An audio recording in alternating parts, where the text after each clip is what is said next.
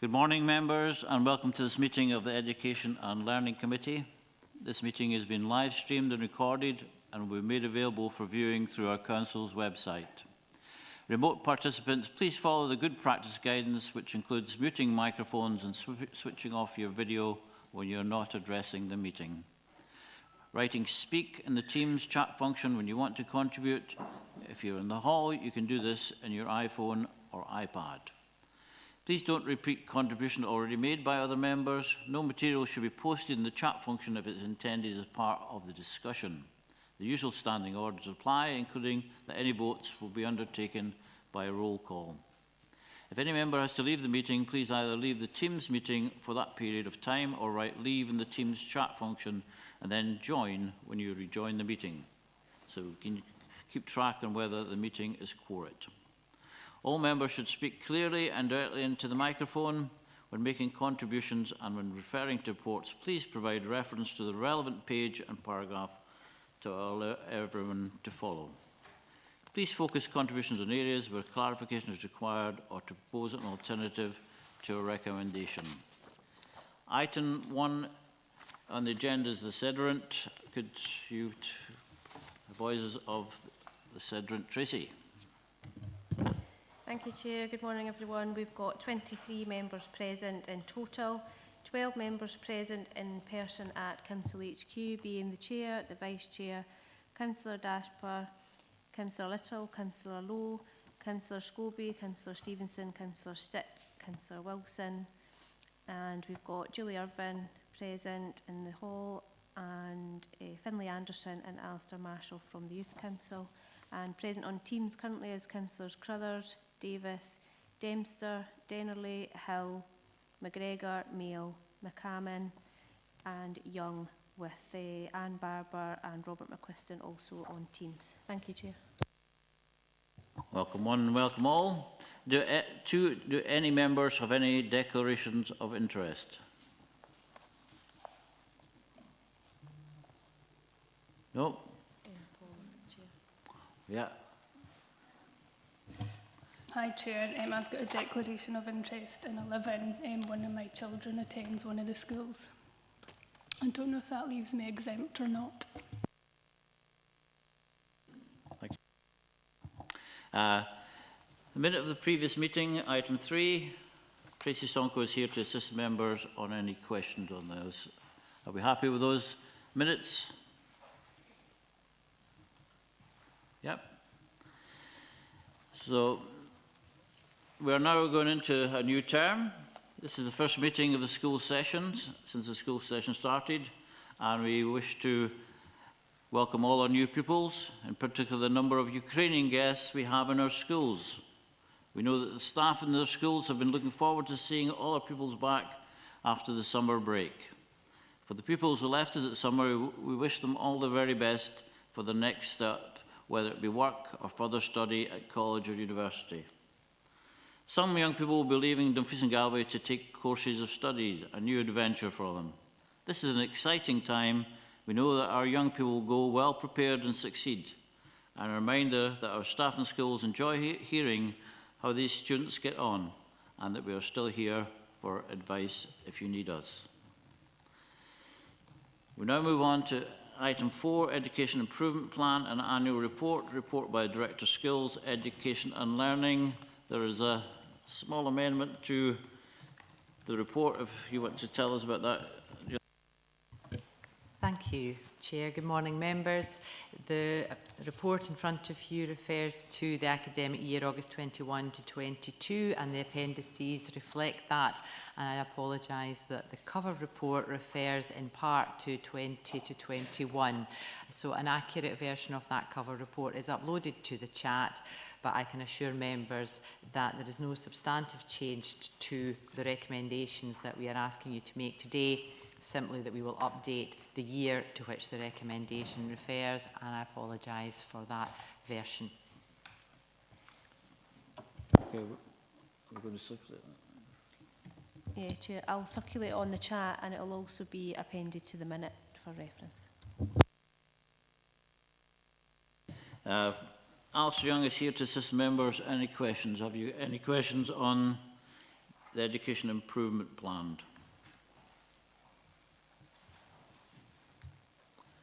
Yeah. Thank you, Chair. It was really just a concern regarding the rise in additional support needs.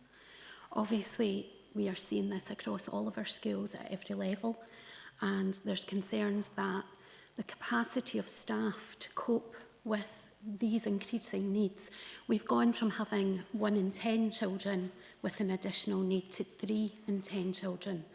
And that's a lot for a class teacher to cope with on their own. And obviously at a time of reduced budgets, I just wondered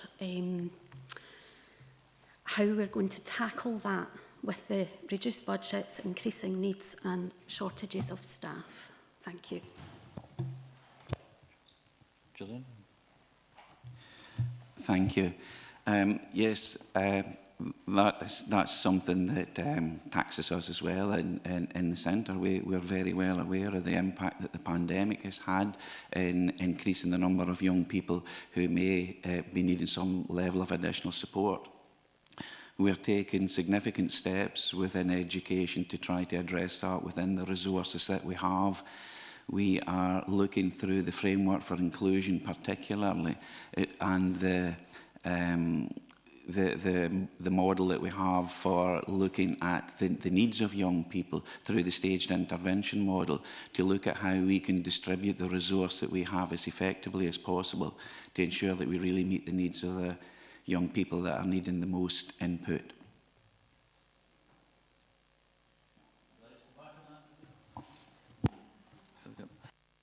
Well, I've got Councillor McCarron.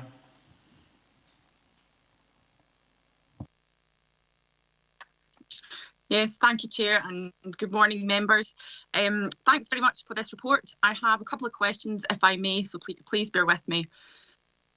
Page 76, about the parental involvement engagement. I feel I need to touch upon this is because I get correspondence from parents almost every week with regards to this. So I appreciate the tools in the report, mentioned in the report, are to enable better engagement between parents and the schools.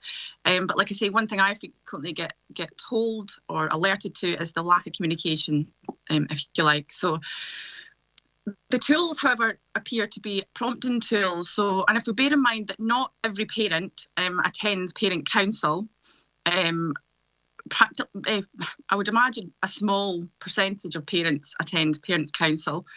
And not everyone's comfortable with attending such meetings. So my question is, how do we encourage every parent to speak openly about their concerns, or if they want to make suggestions on how to improve processes, both on individual cases and more broadly? So that's my first question.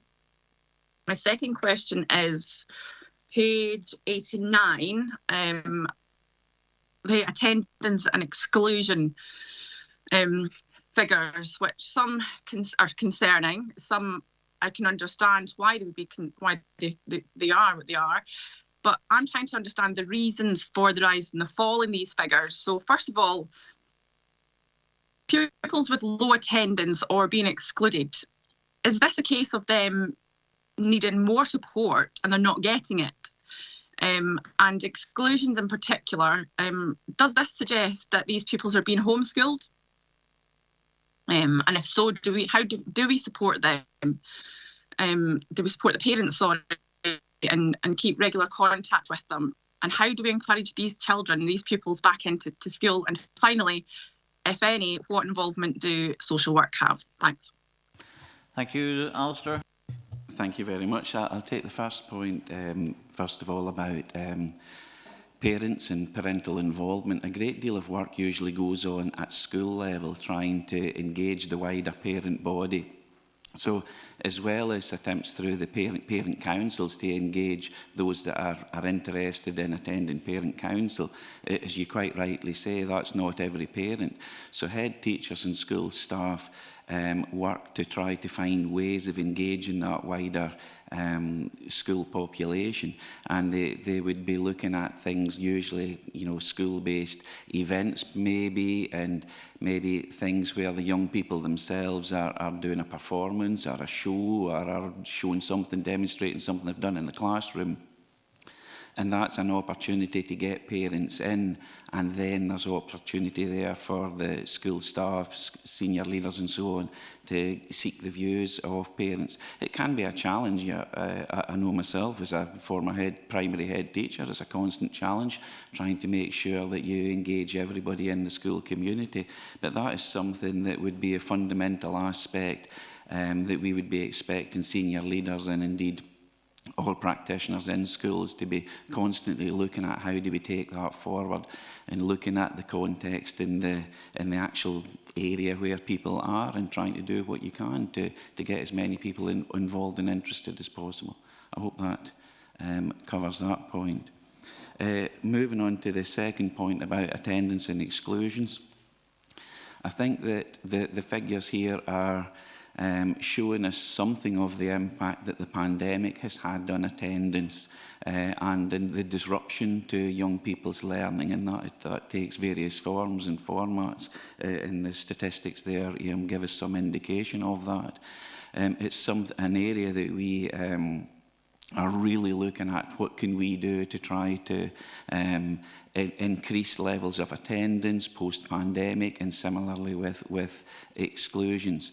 And we in the stretch aims that we are looking at just in the next few months to look at what are going to be some of the key areas that we within Dumfries and Galloway want to focus on. Attendance and exclusions are areas that we've targeted specifically for that. And we would be wanting to try to work with schools, with parents, with all stakeholders involved to try to look at what are the issues, what is actually going on that is potentially causing lack of attendance. And there are lots of partnership working going on, including with social work. So the social work are involved in working in partnership with schools to try to see where there are specific needs. And then in schools there will be ongoing conversations, including through meeting young people's needs through things like child's plans, individual education plans and so on, to try to make sure that those needs are really targeted and the right support is in there. Thank you. So you want to come back, Jackie? Yes, if I may, Chair. Thank you for that. I really appreciate it. However, my last question kind of remains unanswered. And it was down to kids who are excluded. Do we know if they're being homeschooled, what happens to the child in terms of, do we keep in touch with the child and parent that's been excluded, if it is, for a long term, if you like? And if they are going to be coming back to the school, how do we encourage them back to school? So that's, if a child has been excluded, how much involvement does the school have in communicating with the parent and the pupil, and are we actively seeking them to get back into the curriculum, if you like? Because it's a worrying statistic. If kids are being excluded, what happens to them after that? Thanks, Alistair.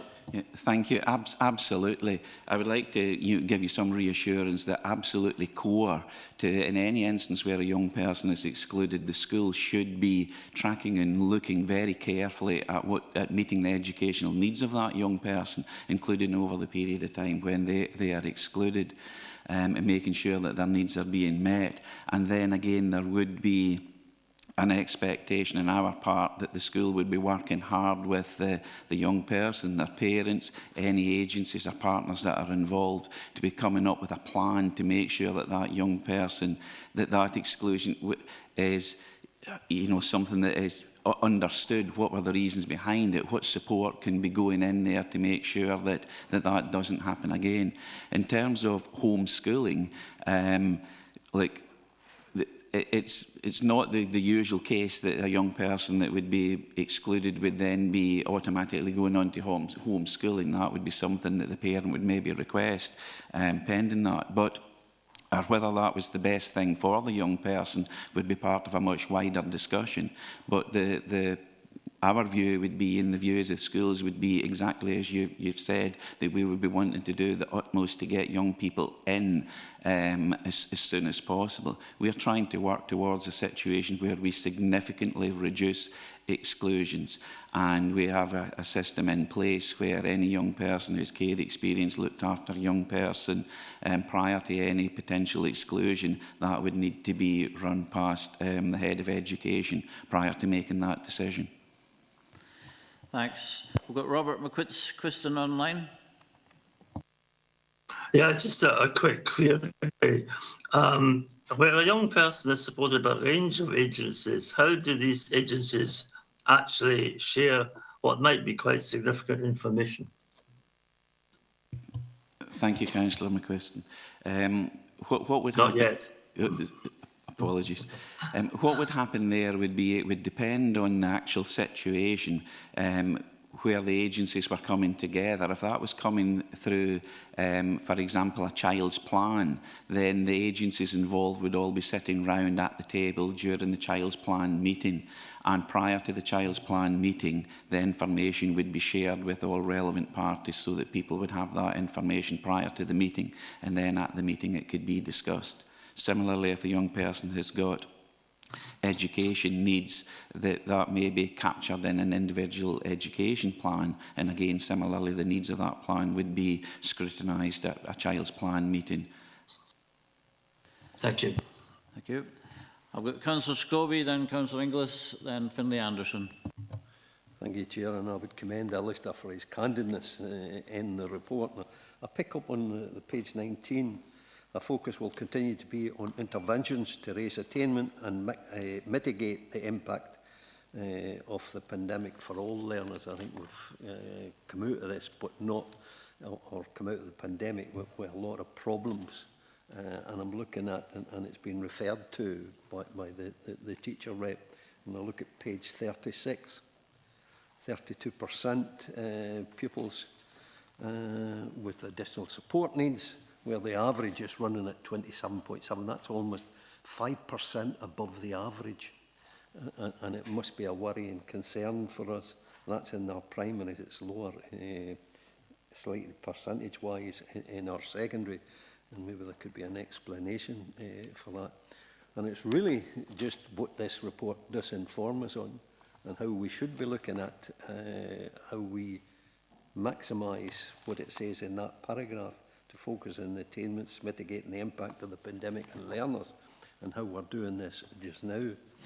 And I look at the next page in terms of autistic spectrum disorder, where we're at 27.5 and per thousand head of population in the schools, and the national being 28.61. I just wonder if this has any impact on the inordinate time a child waits to be diagnosed as having autistic behaviour. And I know that as an authority, as soon as there's traits of that, we put education in place to deal with that. But I just wonder if that figure is a true reflection on the number of kids who are actually autistic and the length of time, and whether, as an authority, we working with the health NHS, D&G, could try and get that time down from the inordinate time that's there. My last point is on digital. What we see in here as well, with 20.9% the population living in remote and rural locations, where the national average is 5.9. And I'm looking at our rollout of broadband and what impact that has on children leaving, in their homework or whatever.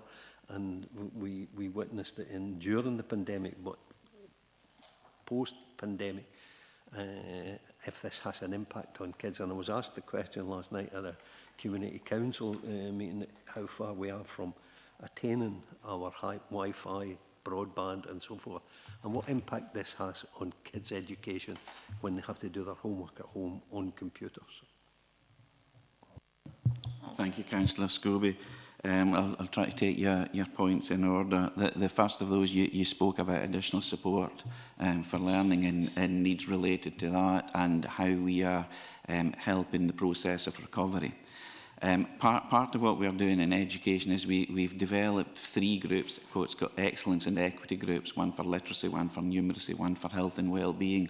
And through each of those groups, we have a significant number of interventions and strategies and approaches in terms of learning and teaching, and specific help for aspects like literacy, like numeracy, and aspects of health and well-being that we are sharing with practitioners at all levels and in all sectors across the system to try to ensure that we are really meeting the needs of young people. Similarly, the team that I work with, the Curriculum and School Improvement team of education officers, they engage on a termly basis with head teachers, and we have support and challenge conversations looking at how head teachers are dealing with that very thing. How are you actually making sure that, for example, your primary 4s and the reading at P4 is heading in the right direction, or numeracy at P7, so that the detail and the specifics are actually in there in those conversations. Similarly, we also look at Pupil Equity Fund, how that is being used to support young people as well, and basically how are we maximising the resource that we do have to ensure that we are really focusing in on the needs of young people post-pandemic, and trying to ensure that we're really targeting that in a specific, targeted way to get the maximum impact that we can for them. The second point that you raised, I think, was about district spectrum disorder and concerns around the number of young people potentially waiting for diagnosis on that. I think it would be fair to say that that can be a challenge, the amount of time that it takes, and the suggestion of working closely with other partners to see what ways could potentially be explored to decrease that wait time would be something that we would certainly be very enthusiastic about trying to see if we could enter into any conversations that would improve that situation.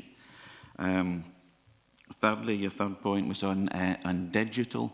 That is not an area of expertise that I'm particularly skilled in, knowing what the broadband rollout side of it is. But what I can say is that from the learning and teaching and the curricular provision side of digital, we have made significant inroads over the last 2 years since the pandemic in providing a much wider curriculum basis that is for young people, that is approached via digital means. We put things like Southwest Connects, eSchool, and a number of different opportunities for young people through digital approaches. And we are trying to get to the point where as many young people as possible in schools have got access to digital devices to ensure that they can access that. We're trying to ensure that we deconstruct any barriers that are there through digital inequity or geographical inequity, rurality and so on. The Director wants to come in on digital. Thanks very much. Just to confirm that there is a paper on a digital rollout scheduled for the November committee, so we will give members a full report on the progress towards that at the next committee. Thank you. A quick comeback, Philly. Yeah, please. And it's just that the digital just doesn't only focus on the schools, as Alistair has just alluded to, but it covers the whole area and how it's rolling out for kids who have to do some homework, etc. Just a quick one. I'm slightly heartened by what Alistair's saying, but I'm trying to gauge that against what Julie's saying in terms of those 3 and 10 kids, and while you've got to focus on it, it's whether it's attaining what we're trying to do. And I know there's an item 9 on this where there may be a greater discussion on it. Again, just in terms of PEF, I hope we're not using PEF as any core function, that PEF is there to enhance, not to be part of that core.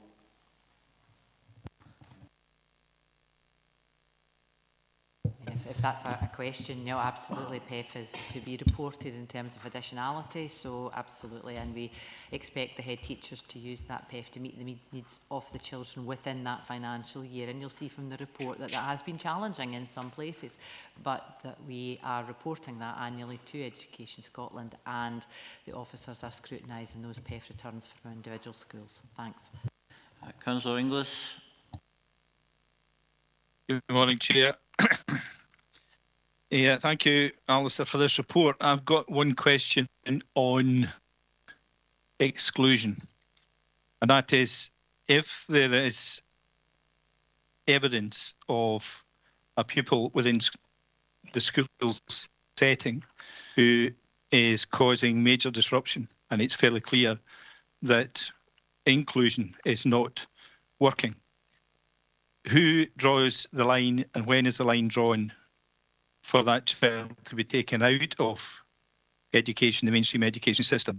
And is there a route to education for that child? Also, can I respond? What we would always be trying to do would be to ensure that there is always a means of inclusion in getting any young person back into education, preferably through mainstream education if that is deemed appropriate for them. Sometimes young people exhibit, challenging behaviours, and these can be very demanding in the part of what that is exhibited like in schools. However, it would be incumbent on everyone in education and all the partners that we work with to try to understand the needs of those young people, to try to get them back into education in a setting that would be appropriate for them.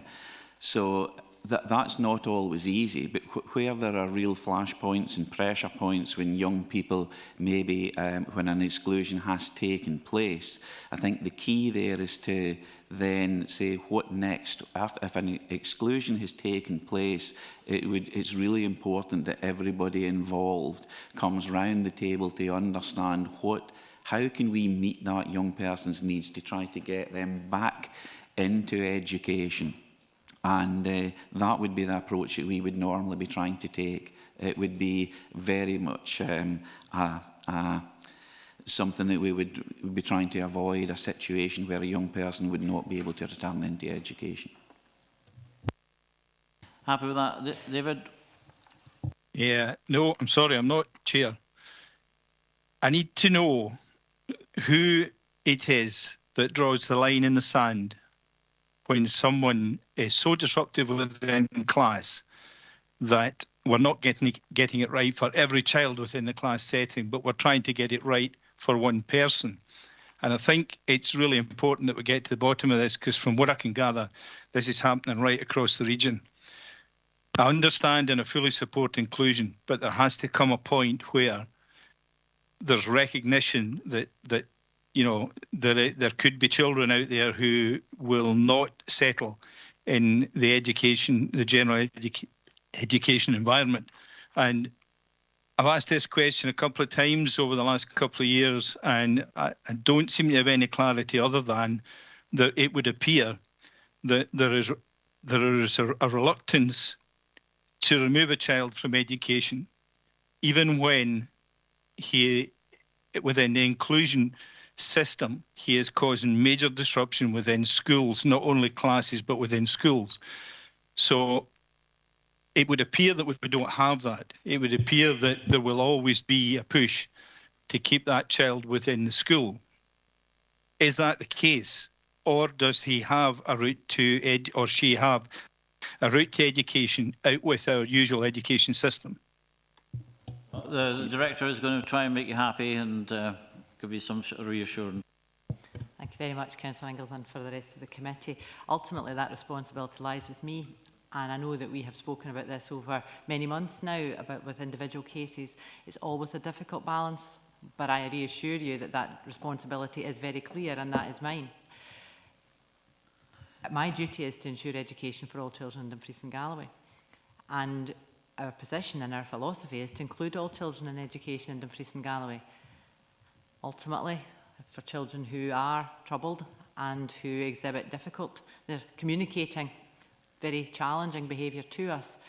And I do see it's my duty to include them in education with all means possible. But there is a route out with mainstream education should that be deemed necessary, and ultimately that is something that in a very small number of cases, a handful of cases, we will take.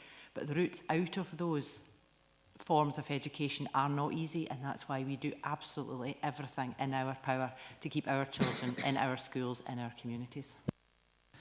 Yeah, inclusion and exclusion are complex issues. I'm going to bring in Finlay now to give a young perspective. Thank you, Chair. Could you just clarify that? I didn't quite catch that, sorry. Is it about what I'd like raising my hand? Sorry. Oh, yeah, I was just confused there. I've got a few questions and comments that I'd like to make. I'd just like to start off with that I'm really grateful that there's been updates to the attainment summary. Previously it was in black and white and it wasn't really accessible, so I'm grateful that it's now in colour. Secondly, on page 51 under the heading Pupil Voice, it says that key contacts in all 16 schools were approached regarding the establishment of pupil councils. I'm just asking, was there an appetite to establish these within our schools? Thank you. Alistair?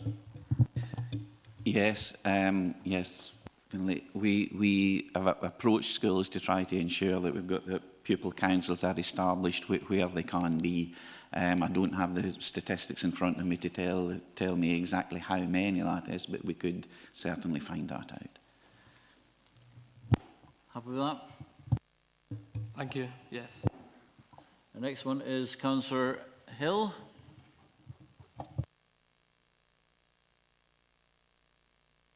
Good morning. Thank you, Chair, and thank you for the report.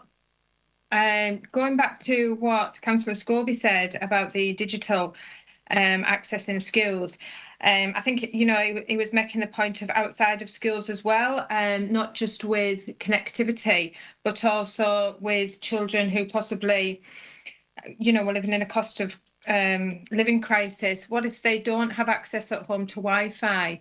Is there a possibility that the administration can work with, you know, the education department in looking at opening schools later so that these children can go in and do the homework on an evening class, be that primary as well as secondary, and possibly the libraries as well could be open later, because I know the local libraries here close at 4 o'clock, which doesn't allow children, you know, from deprived backgrounds and with the cost of living crisis to access this facility. Also looking at the literacy, numeracy and health and wellbeing, the extra input that's being put in there for children, not only with additional support needs, but the middle of the road kids who are struggling, perhaps because of COVID, or who are just struggling. The extra support there, where's that coming in? Is that going to be extra learning assistance putting in, or is that going to be PEF funding that's going to be putting that in? Because there seems to be quite a lot of children in that area. So those were my first 2 points. And then going back to the child's plan that was mentioned, children, you know, that are excluded would be then, you know, have a child plan made up. But I was under the impression that a child's plan was already made up for any child who had additional support needs or possibly had emotional support needs. So a child plan would already be there. So then would that be enhanced? Would that be re-looked at? Because surely every child should have a child's plan if they do have these needs. Thanks.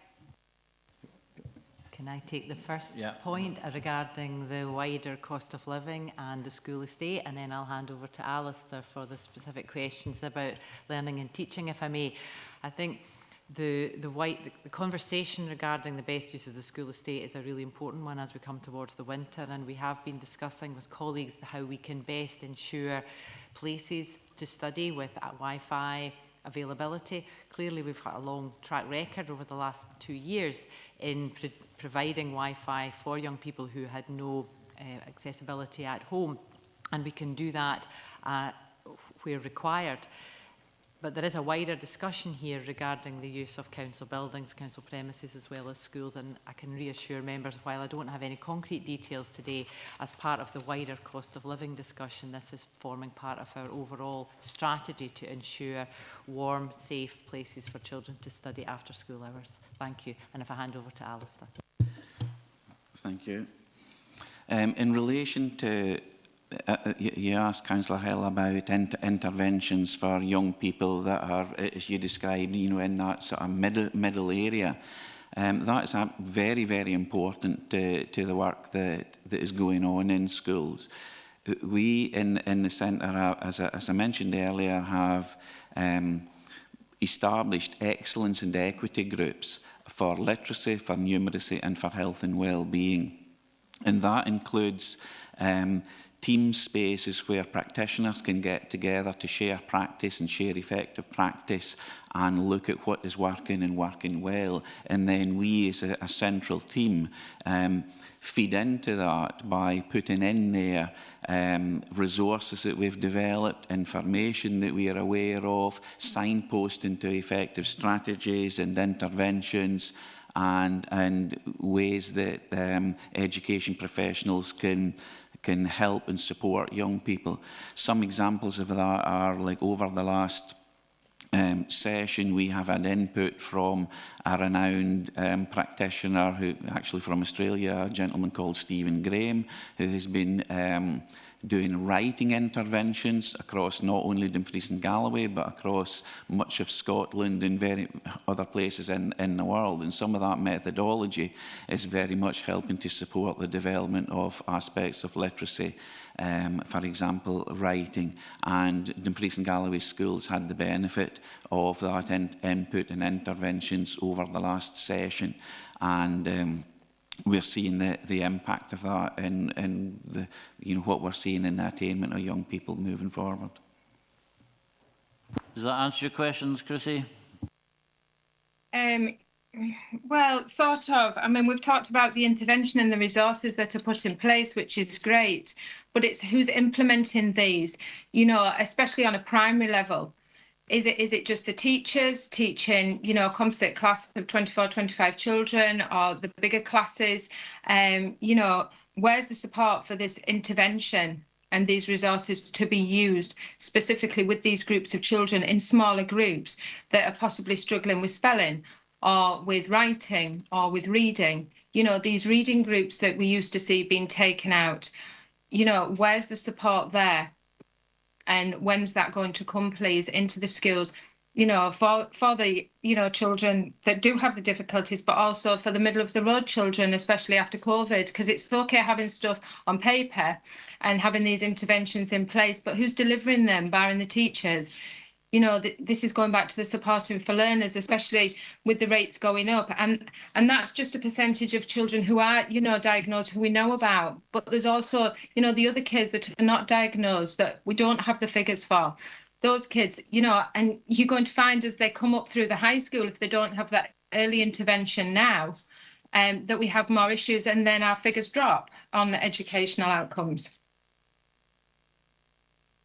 Councillor Hill, and if it's, can I suggest, I think these are critical points that you raise, and we have a number of papers today which, particularly in terms of the budget paper, the allocation paper, the performance report, the framework for inclusion paper, and indeed some of the partnership management arrangements papers, which I hope sets out how we allocate our resources in the round to ensure all children have the support that they require. We have 21,000 children and 2,600 staff, so the resources are there in school. We have £135 million operating budget, so there's a significant resource to support our children, and it's our job to make sure we use that resource to best effect. So I hope that while I'm not passing that your questions here, I know that the officers who have specific responsibility to this area will be speaking to later items. So if we may, we could perhaps leave Alistair at this point, and other officers could come back to discuss any specific questions you might have. But I assure you, we do have significant resource. It's in schools. We have a talented and experienced workforce, teachers and non-teachers, and we make sure that we allocate those to the children with greatest need. Thanks for that. We'll go on to Alistair Marshall. Thank you, Chair. I just had a question about Appendix 1A on page 95. It says spend by curricular area in primary and secondary, and there was almost double the funding that went into literacy for that was in numeracy, and I was just wondering why that was. And also, there was £82,043 spent on payment to other bodies, and could we get an example of what those other bodies were? Thank you. Thank you. The reason why there's so money was spent in literacy would be what was identified when the schools looked at where their need was. So head teachers and senior managers in schools would be looking at where they were identifying what was their highest priority to target for young people. So that's why literacy was seen, because literacy encompasses a lot of different areas. It encompasses listening and talking, and particularly for early stage young people, it is really important that those skills are embedded early on. And it also encompasses reading and writing, which are key components to access aspects of the curriculum, the wider curriculum. So that's particularly why literacy is seen as something that we would really wish to target. And so there was a second component, I think, to your question. Could you remind me, please? Yeah, there was payment of like 82,000 to other bodies. Could we get an example of what those other bodies were? I would need to have a wee look and see what the other bodies are, but what that would normally be would be people that would be you know, like doing interventions like I've just described, for example, the Stephen Graham intervention, or other things that people are bringing in to meet the needs of young people. It may be partner providers that are providing a particular service, but the specifics of that we would need to look at school level to find out what those were.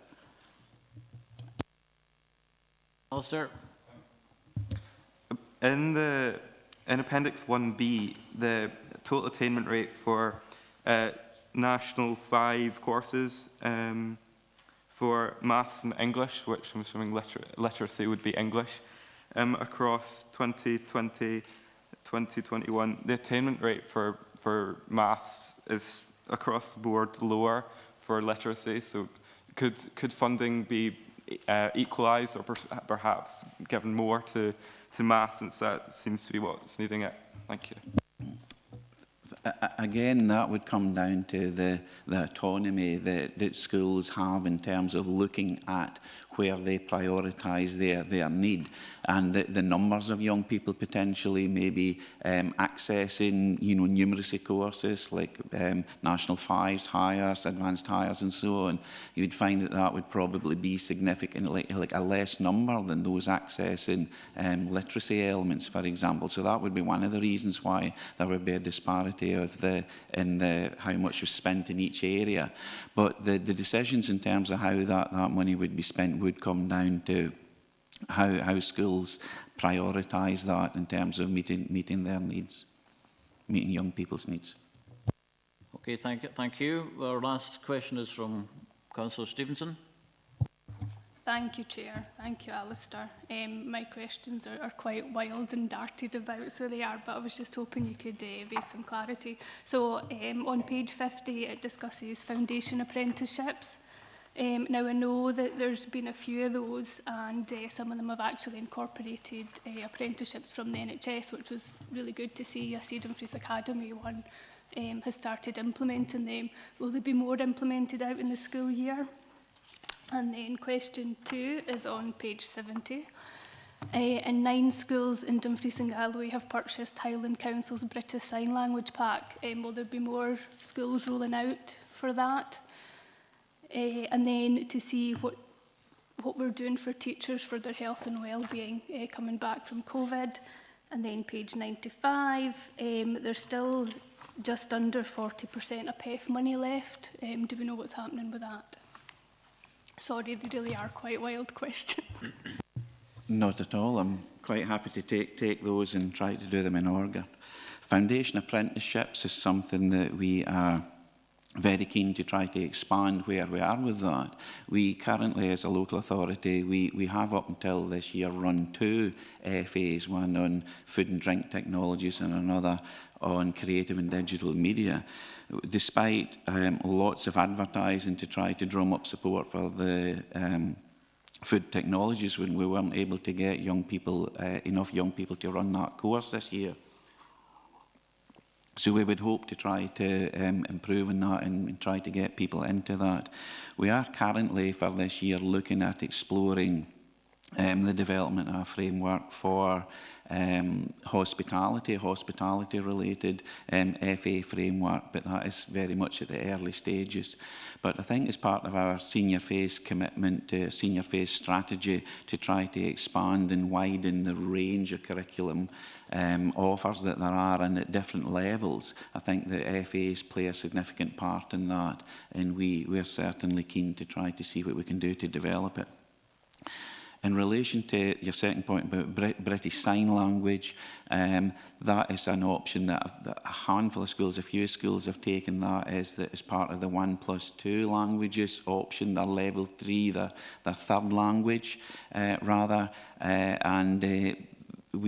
we have got some materials that have been developed to enable schools to do that, but again, it would be down to schools to make decisions about whether they wanted to uptake British Sign Languages there, L3, and normally that would be taken at cluster level, but it's entirely up to schools and clusters to make that, but we would certainly support it because it's something that we would see as a valuable, worthwhile resource and something that we think people will get a lot out of.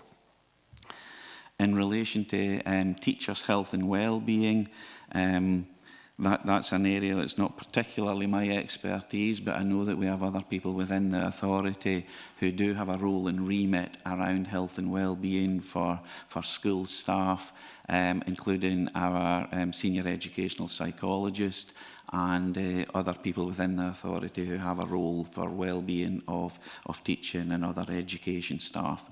So we also have on Glow and our Glow space information that education professionals can access if they're wanting any particular information, help or support, and there are a number of support networks and lines that people can come in on.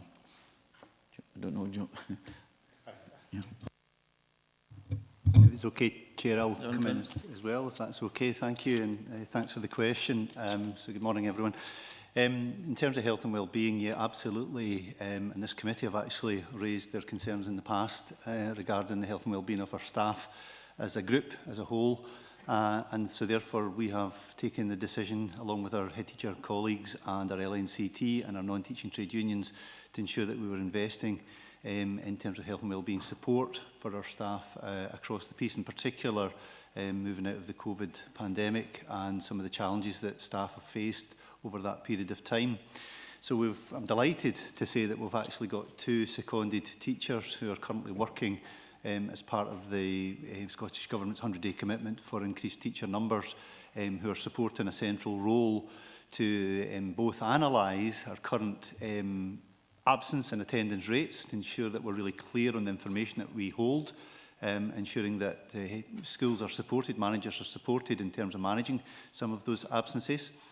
That takes a bit of time.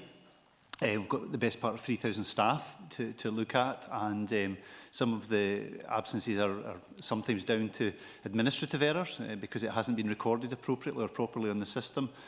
So, for example, some open-ended absences are actually not open-ended after all, and they just haven't been closed off. So we're doing a bit of analysis at the start of the process, and then it will be very much looking at the management to ensure that those staff are supported back into the workplace wherever possible. Fundamentally, for me, that's probably the first 6, 8, 12 months of work.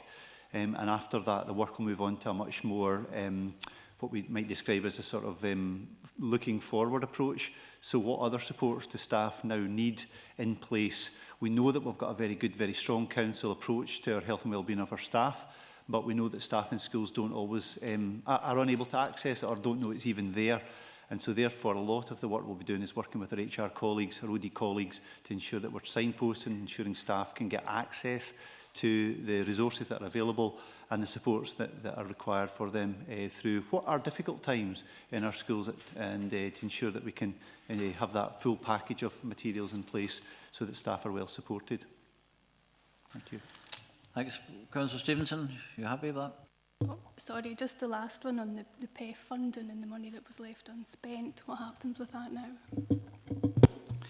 Thank you. We have just had through our PEF impact reports, we look at that, and we've looked at what money is remaining, and schools were asked to put in an extenuating circumstances form at the end of the session if they had unspent pupil equity fund money, and that has been gone over just over the last few months, and where schools have indicated that they have got a plan for that money, and it has just not been able to be spent in the time frame that has been given to schools to be able to undertake the interventions in the aspects that they had planned for.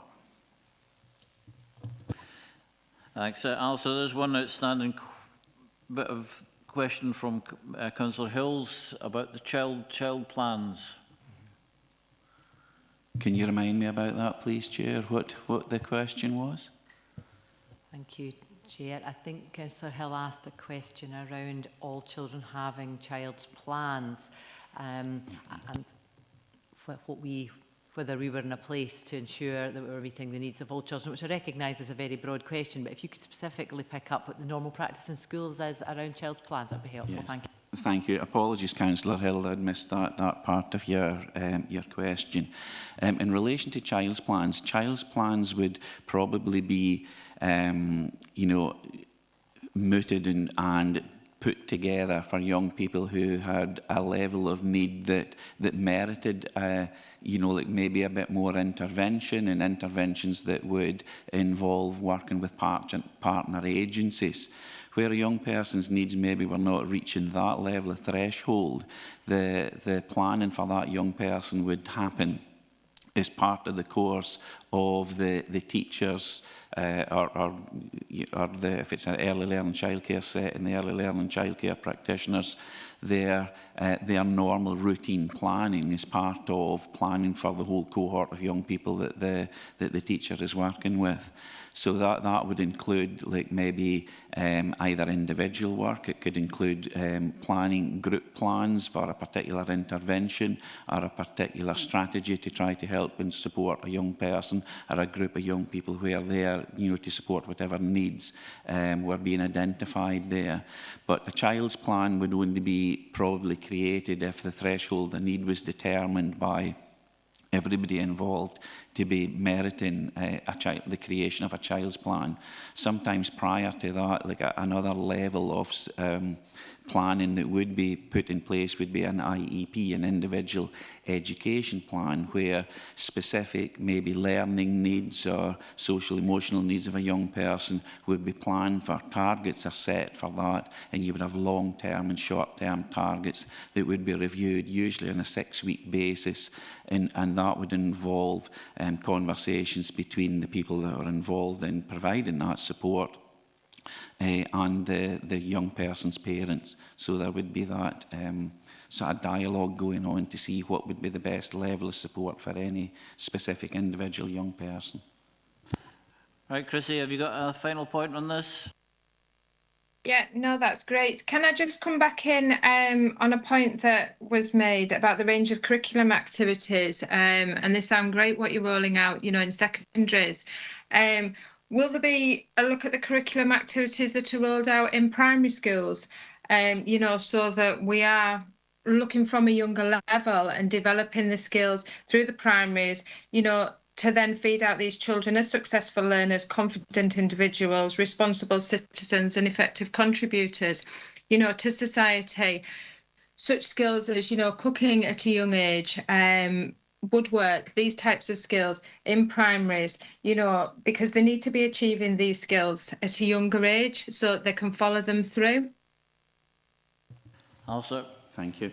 Absolutely, Councillor Hill. We would absolutely concur with what you said there about the need to expand and make sure that the curriculum has got that richness, particularly in the broad general education phase and in the early learning and childcare phase. These are all essential parts of a young person's journey and their experience, and the wider range of experience you can give them, then the better it is.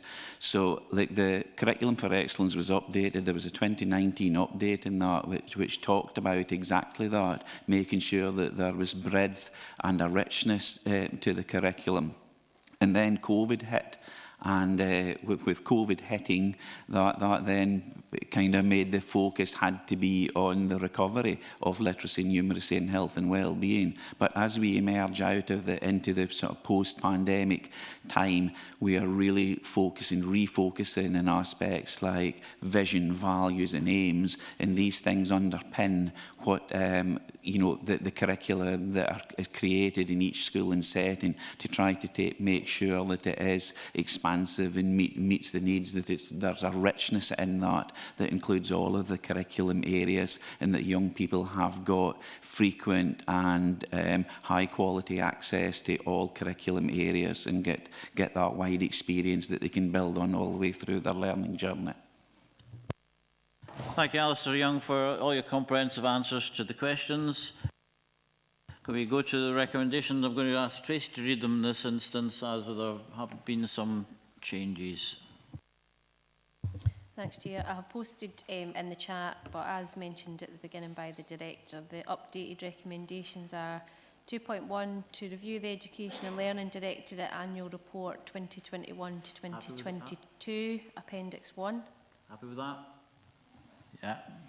2.2, to note the inclusion in the Education Improvement Plan of the additional National Improvement Priority and updated drivers added in line with the December 2021 National Improvement Framework update, and note the progress made within the Education Improvement Plan and adjustments made in response to the COVID-19 pandemic in Appendix 2. Happy to know that. And 2.3, endorse the summary of improvement priorities for session 2022 to 2023 drawn from the Education Improvement Plan and Annual Report, Appendix 3. Happy to endorse. Okay. We had a really full discussion there, but we've only got one BSL interpreter on board, so we're going to take a 10-minute break, and we're going to start again at 11:35. Okay.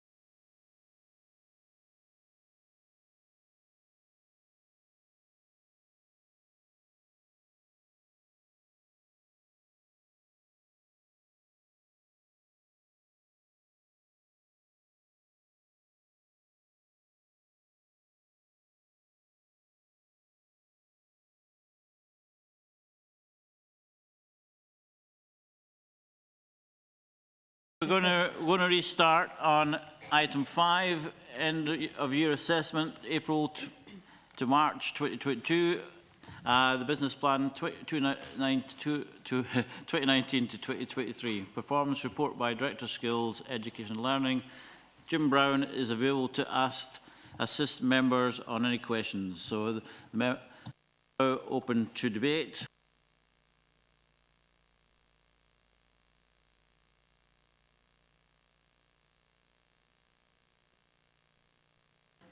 Alistair.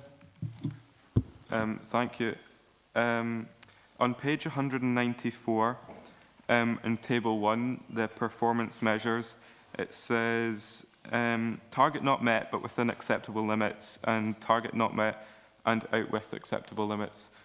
What is an acceptable limit and who determines that limit? Thank you. Good question. Thanks very much, Alice. I'll take that because it's certainly an area of work I've been involved in over many years, and it's a good point for debate. The thresholds between amber and red and between green and amber are normally based on previous year's targets. So you could consider whether a 2% variance is acceptable, or a 5% or a 10%, depending on what you're working with. Clearly a 10% variance on pupil outcome wouldn't be acceptable, but perhaps 1 or 2% might be. So they are individually discussed at a management team meeting, and they are normally based on either a national or a previous year's target. I have got Julie Irvine. Thank you, Chair. I have noticed within the attainment data we've got quite a few drops in attainment, and obviously working in school I'm well aware that we are seeing a drop in attainment across the board. Is this purely down to COVID recovery? Would be my question. Thank you. Thank you, Chair. Thank you for the question. Absolutely right, and it's good to identify those. We can't obviously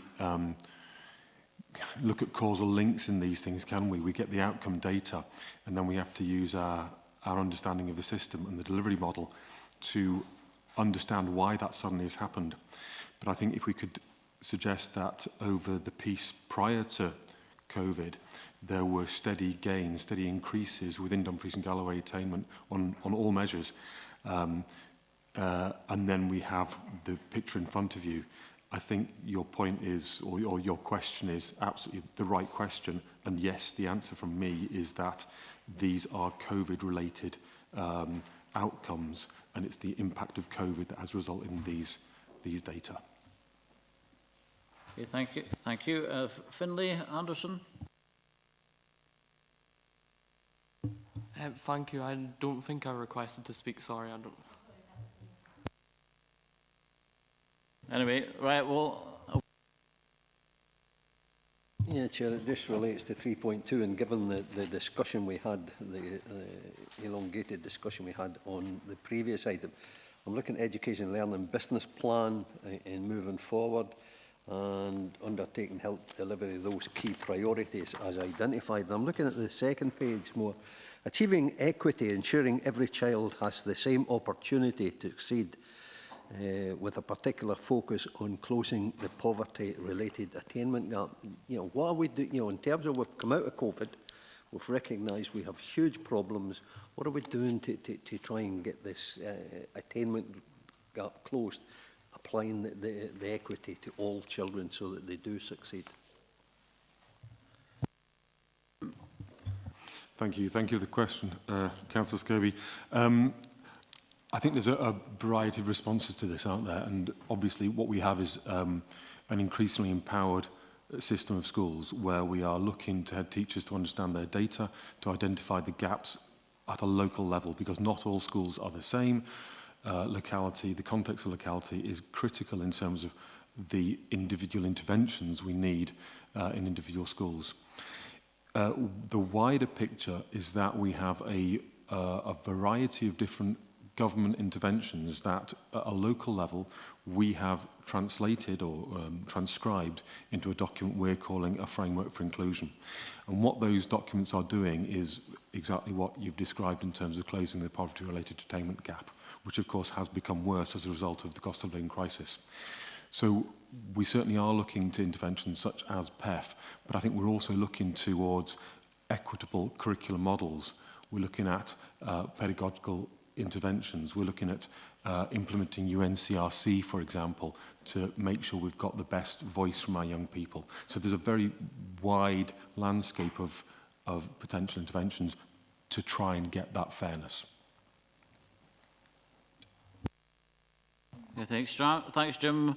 I've noticed of anybody else waiting to speak, so I think we are. Yeah,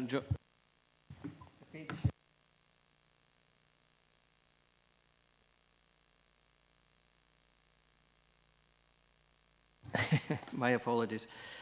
Page 200, right at the bottom there's a further develop the range of curriculum courses, including digital, that young people can access. That's a new measure.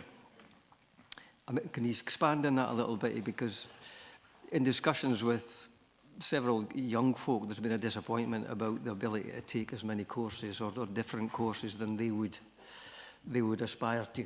So can you expand on whether or not Dumfries and Galloway can offer the same range of courses that maybe more central belt schools can? Thank you for the question, Councillor Jimmerson. You're absolutely right to identify the fact that geography makes us not unique, but an unusual context. And we are discussing at the moment how we make sure there is geographical equity of curriculum access. COVID did enable us to move forward much faster at our digital offer.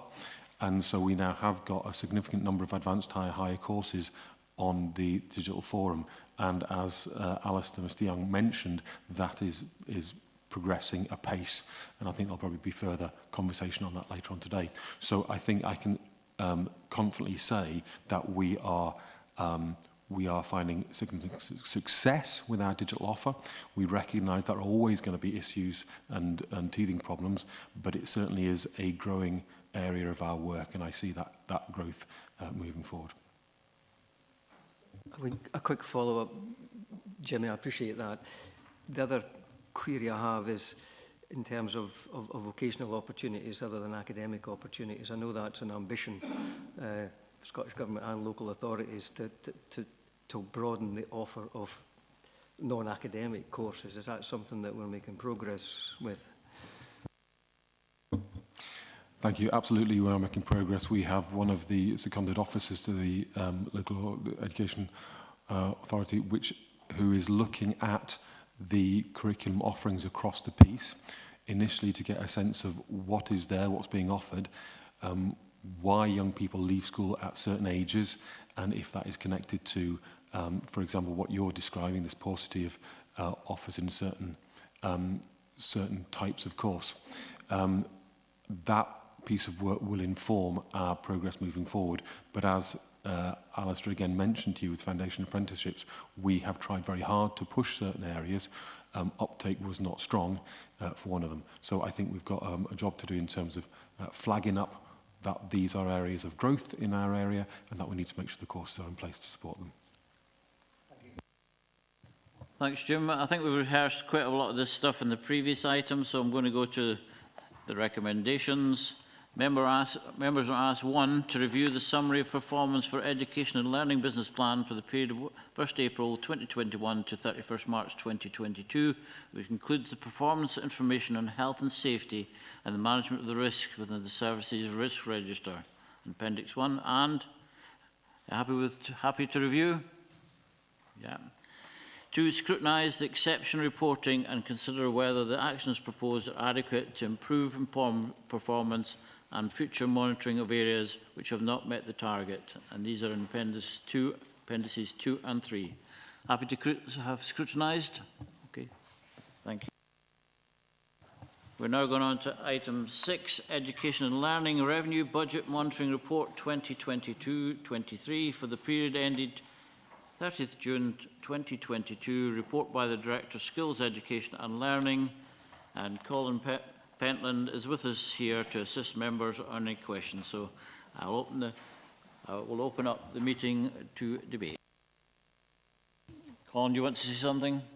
Apologies, Chair. Can I just let members know, just that regards to the inflation pressures mentioned in recommendation 2.3 in section 3.5 and 3.6, that the Financial Procurement and Transformation Committee was cancelled last week, and that paper will be presented at the next available committee for elected members' consideration. Thanks, Colin. Anybody, any questions for Colin?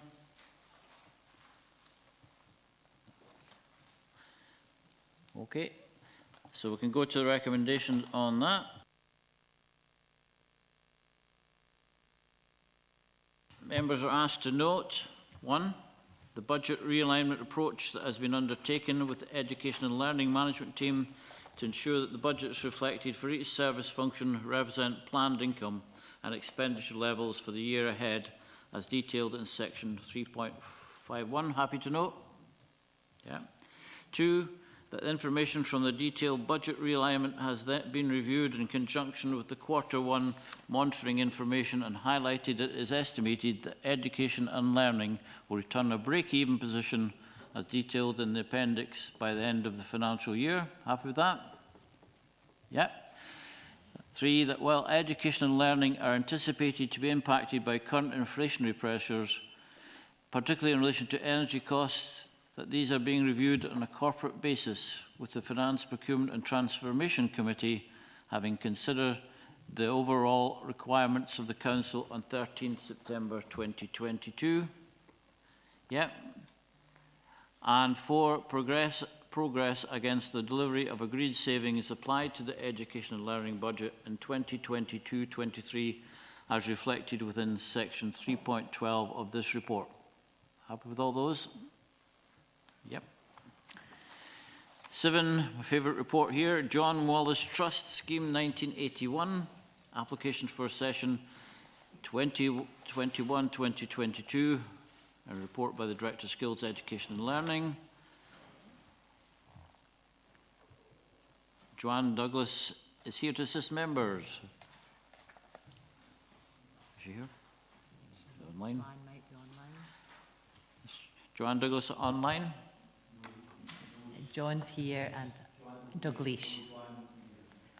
If we have any questions, John and I are happy to take them, although Joanne is the subject matter expert. We know the John Wallace Trust very well.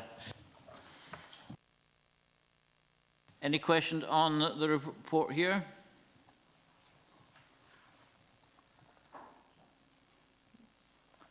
Gone.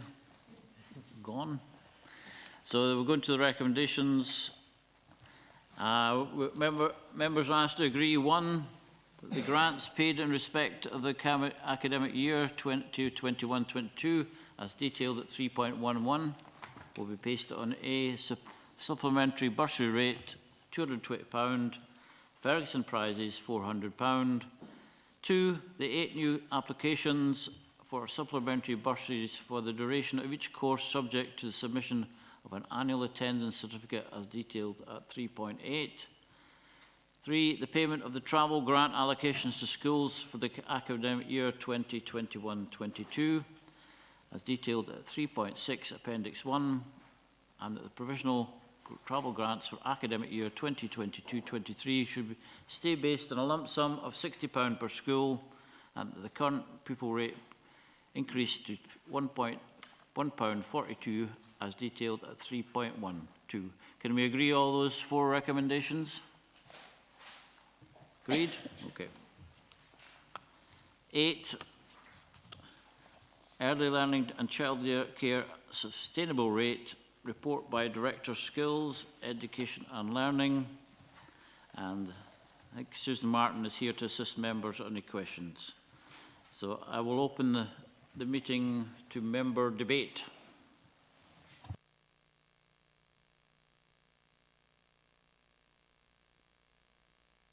I've got Gail McGregor. Shall I just... Thanks very much, Chair. Sorry, I'll put my hand down before I forget. Yeah, welcome the report, and obviously this has been a matter of discussion for a number of years. I think it probably dates back to my time as convener of education, which was a long time ago now, but obviously predated the necessity for the 1140 rollout. So I suppose it's really, there's a few questions, but what we need to be doing is ensuring to deliver the 1140 that we've got our PVI partners fully signed up. And I do feel that sometimes there's a feeling amongst them that the funding doesn't always filter to them. There's a bit of a culture that we're hogging it ourselves as a council and sort of propping up our own services. And I think that's been sort of around at least for 2 years now. So it's ensuring that we are having good discussions with our PVI providers, that we're giving them every opportunity to give us data that will be of assistance to make sure we get to the right rate. So on that basis, the rationale behind the CPI, which is contained within recommendation 2.1, obviously that's moved from 3.2% in August last year to 9.9% as set. So is there a risk there if we don't acknowledge that the CPI has lifted significantly in that 12-month period, accepting that they're probably having the same challenges with energy and heating costs and, you know, inflation for food and products and the such like. In terms of the business meetings, you'll recall many years ago, we had a group which met, I think, at Woodbank, and it included the chair and vice chair of education, a representative from every political group that sat on education committee as well, as our PVI providers and officer support. So I think any group that is going to have business meetings preferably should have elected member representation on them. And I think it's really important from our point of view that we understand the challenges our partners are facing and that we take a bit of political leadership and accountability in listening to them and being included within that. So as I say, that will be perhaps a proposal when we get to the recommendations. The last one, which is probably the most important one, is around the hourly rate. Now, there's a lot of ambiguity and a lot of differences across Scotland. I'm aware that Scottish Borders were probably one of the first to offer a slightly higher rate than others. And I suppose it's just understanding where we sit in comparison to Scottish Borders for 3- and 4-year-old rates and for 2-year-old rates. They have a very similar demographic to us. They have very similar rural challenges and like us, you have challenges with recruitment and retention. So I think it would be good to understand what they're paying as an hourly rate, and perhaps we should be looking at that as the benchmark. But as I say, I'll take some advice from Susan on that, and then when we come back to the recommendations, I'll perhaps suggest some things depending on how questions are answered. Thank you very much, Chair. Okay, thanks, Councillor McGregor. I think we've looked at rates across the whole of Scotland, but Susan can come in and tell us about that. Thank you, Chair. Thank you, Councillor McGregor. Good morning, members. So I tried to make notes as you were speaking there to make sure I don't miss anything. So the first thing to say is that sadly, since COVID, the regular meetings with providers have not reinstated, and we see that as a miss in the dialogue and the discussion and the better understanding and the better joint working. So we've already, it states it in the paper, but we've already had the first of our meetings in terms of inviting the sector to come and engage with us and to better work together. I think there's a real need for that, and that would certainly be the intention moving forward. In terms of recommendation 2.1, Councillor McGregor, that's slightly separate. You'll remember that in March we had a paper to committee which recommended the uplift to the rate, which was then backdated to January 2022. And that was based on CPI as of November. Members asked that we go back and consider backdating that even further and go back as far as August 21 using the CPI at that time. So the CPI rate of 3.1 that's been applied to the backdating for August 21 is only applied for that period, August to January. From January onwards, it was the new rate of CPI that was applied. So that's slightly separate to the actual sustainable rate. This is an additional payment to try and support providers, backdating it further than it had been previously.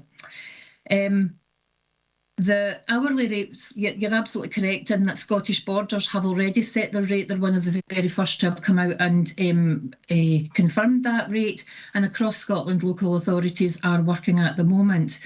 Rosie's on the call as well, and she and I have been attending national workshops with Scottish Government representatives and with colleagues from other local authorities. And most are not setting their rates or won't be going to their committee or equivalent until October or November of this year. So we don't yet have a full taste of exactly what those new rates are going to look like.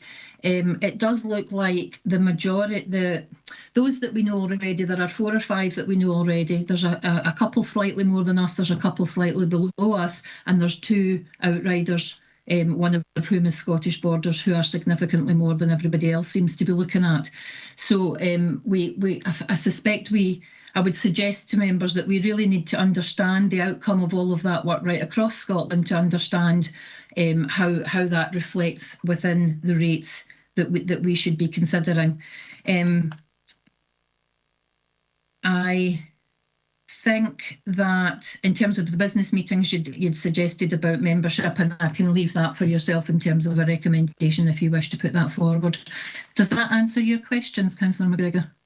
Before I could bring you back in, Gail, I think maybe have that conversation of a line about member involvement, because obviously we don't have the information about that available, and perhaps we speak about that following the meeting, if you're happy with that. Okay, 2 points. We don't know what Borders rates are, so you didn't tell me what the rates are, which was what I asked. Sorry. Yeah, if you could tell me those. So the 2-year-old rate is £6.21. I'm looking to Rosie, and there's the 3-4-year-old rate is £6.21. Okay. Sorry, Rosie.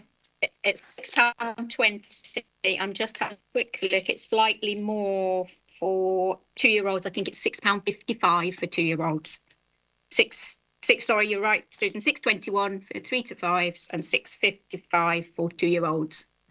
Okay, so it's marginally lower for the 2-year-olds, but significantly higher for the 3 to 4-year-olds. Okay, right. So that does help. In terms of membership of the committee, Chair, with respect, this is a public forum where we're here to debate what the council requires to put in place to assist the PVI sector, and I'm merely nodding towards a procedure that we had previously where we had a very successful group that met on a regular basis but did have elected member representation. So I will put that in the recommendations if required. I'll let other members speak at this point though. Thank you. Thanks, Gail. Any other people want to ask questions or contribute to the debate? I don't see any hands or expressions online, so we'll go to the recommendations.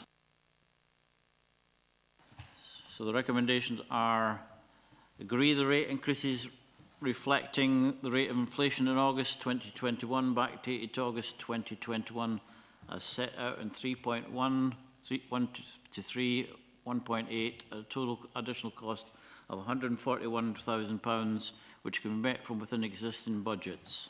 Happy to agree that?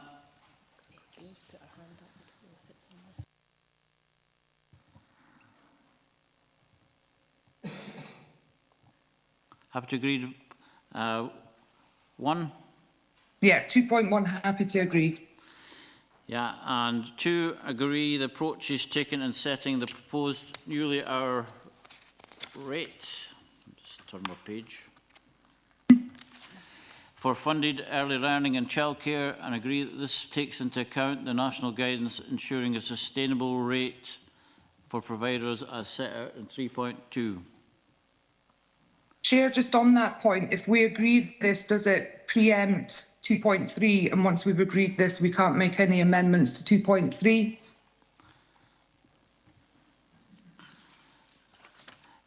You want to go to 2.3? I'd be happy to note 2.2, but not agree it until we get to 2.3. Just, I'm in governance hands at the moment. I can take 2.3 first if you would like. Yeah, that would probably be useful. Agreement 3 first, if that's okay. Yeah. So agree the new rates for 3 to 4-year-olds of £5.71 per hour and 2-year-olds of £6.73 per hour, reached through the approaches set out in this paper as detailed in 3.2.13 and 3.21.15, incurring an additional revenue cost of £315,000 based on increasing uptake towards full 1140 hours as set out in 3.217 and yeah. So are you happy with that recommendation, or would you like to move an amendment to the motion that I'll put that we accept those? Do you want to propose an amendment? Well, we have two options here, I think, Chair. We can either agree to what's contained within the paper on an interim basis until we have more information of what's happening across the rest of Scotland, or, and again, I'm in members' hands, I think Scottish Borders have trailblazed on this. I think they've recognised the importance of their private, voluntary and independent partners in setting a rate that they know will assist those partners to deliver and help to maintain their sustainability. So my view would be that if we are to agree to rates today on a permanent basis, that we would need to put a bit of an uplift on the 3 to 4 year old rate, but obviously that would in of itself have a cost implication.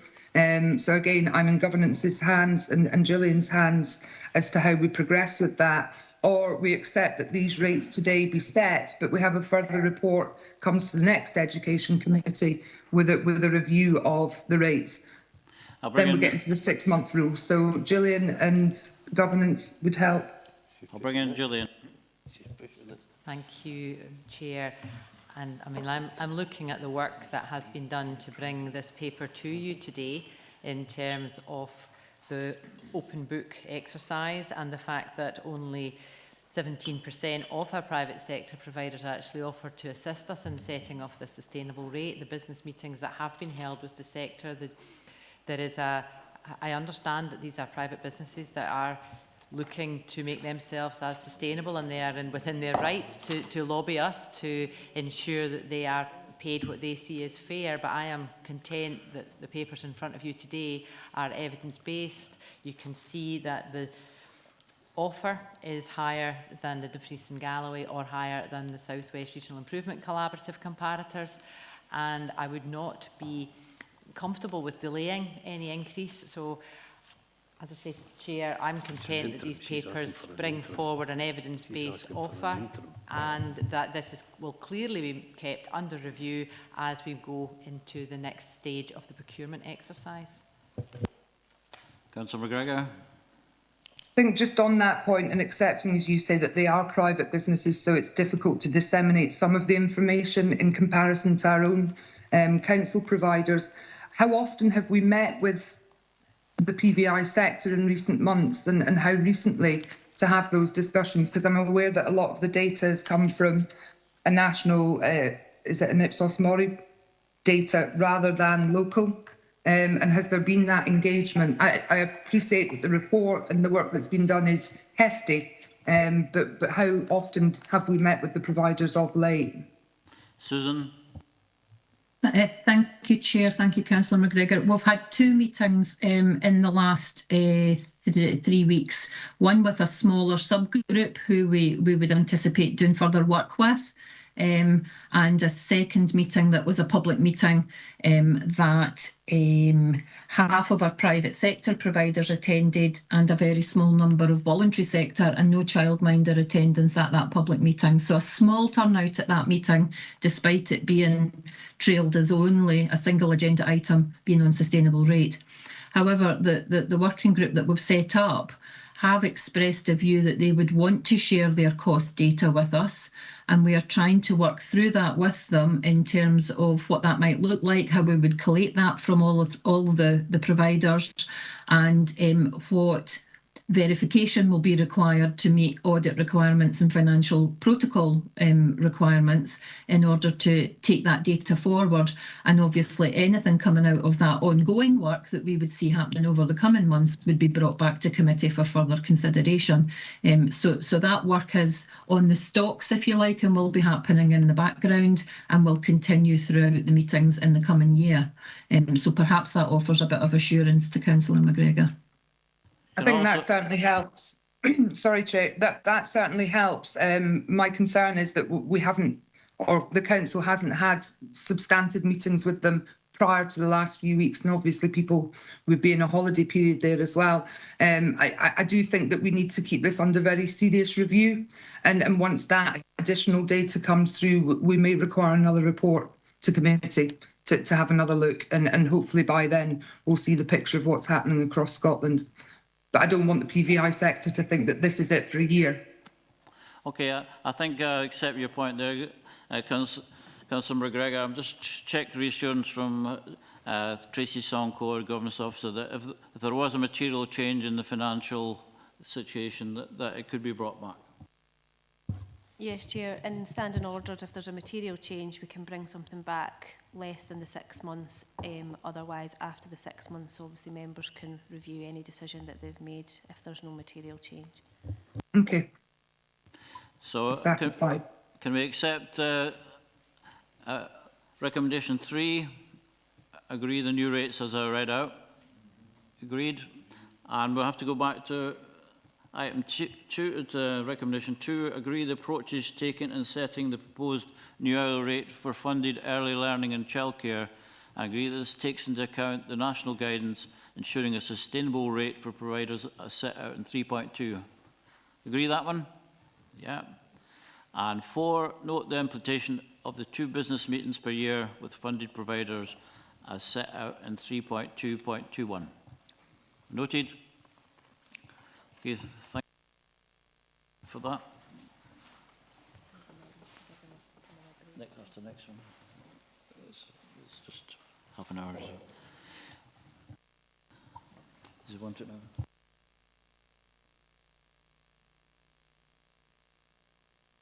Is it okay to continue, Nathan, for 20 minutes? Are you okay? Yes, thank you, Chair. If it's just 20 minutes, I'm happy to carry on with the agenda item with that. Thank you. Okay, we're now going on to Framework for Inclusion, Learning Assistant Allocation Report by Chief Education Officer and Head of Education. Hugh Smith is here to assist members on any questions that we have. So we'll open up to questions.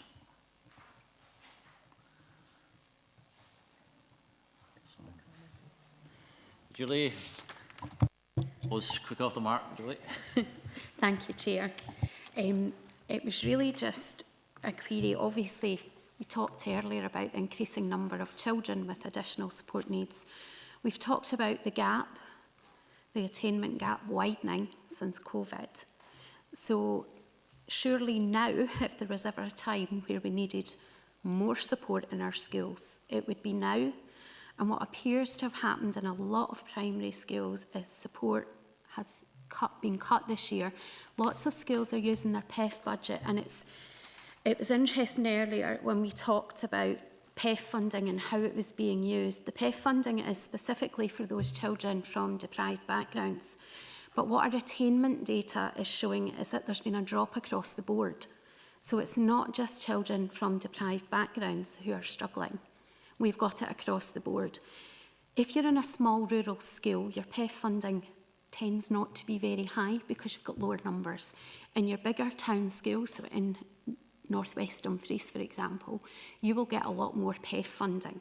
So head teachers have greater freedom there and more money available to put in additional support where it's needed and to be really creative with what they've got. In smaller schools, you've got less money, you've got less staff. We are reaching maximum class sizes, not across the whole authority, I know that, but in some schools, our classes are maxing out and we're getting less support than we've ever had before. And as a teacher, it's really, really difficult. We are trying our hardest. I myself am a member of lots of the groups that have been mentioned on Teams for supporting children with literacy, with numeracy, with health and wellbeing. There's also ones for outdoor learning.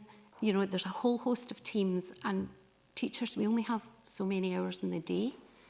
And when it comes to making additional resources and things, we no longer have classroom assistants. They went years ago with budget cuts.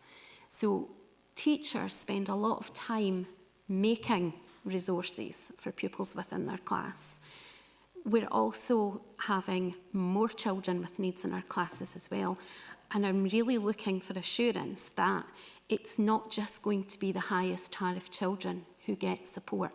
It needs to be spread across the board, and I suppose that is my question. What assurance can you give me that as a class teacher, I'm going to see support for the children in my class who need it and need it now? Can you give Julie some assurance on how our teachers' voice been heard in our review of the support for learning? Thank you, Chair. Thank you very much indeed. It's absolutely terrific to hear your voice and articulating that so well about the impact of the increased need as a result of COVID. That's the intention of this paper, that we want to reach out to hear voice, look at data, and consider how the total resource, not just one group of staff, but the totality of the resource, including CPD and professional learning for staff, can be used to best meet the needs of all children. So you have my assurance that we will carry out this piece of work as articulated in the paper and bring back the options appraisal to see if this particular piece of work regarding the allocation of learning assistance can be done differently and better. So that's what this paper is in the main discussing. Okay, so Councillor McCammon, followed by Alistair Marshall, followed by Councillor Scobie and Councillor Hill. Jackie. Thanks, Chair, and hi Hugh, thanks for this report. My question is based on page 261 and staffing levels 3.22. My first question is, so 363 permanent staff within the learning assistants, 124 temporary and 14 casual, as you can see. Now, given the fact that learning support is rising, as we've heard throughout this meeting, is there any reason why we have temporary staff? Now, of course there's reason, and I know, and I've read the report, but I suppose what I'm asking is there any way that we can turn these temporary contracts into permanent contracts? And I appreciate the reasons for the 2-year reason on 3.23. Is there no way that we can look at it so that these temporary, I mean, it won't be beneficial only for the schools and for the pupils, but for the staff. So I would imagine being a temporary staff member, you know, it's more likely you're not going to feel that valued, and it'll give the staff member a bit more stability as well. My second question, Hugh, if you don't mind, is there any PEF funding involved in these figures, 501 learning assistants? Yeah, that's my 2 questions. Thanks. Thanks. Jim? Yeah, just for clarity, it's Jim today rather than Hugh speaking to this paper, but thanks, Councillor. Not at all, not at all. As you'll appreciate, I don't know the detail within the 124. Happy to look at that and to see what the reasons are. There'll not be a single reason for why that number is as it is. It'll be lots of different reasons. And in terms of the question you mentioned around pupil equity funding, as I understand it, this is the resource that we purchase through our core funding. If head teachers choose to use PEF funding for targeted interventions related to those young people, that is in addition to this.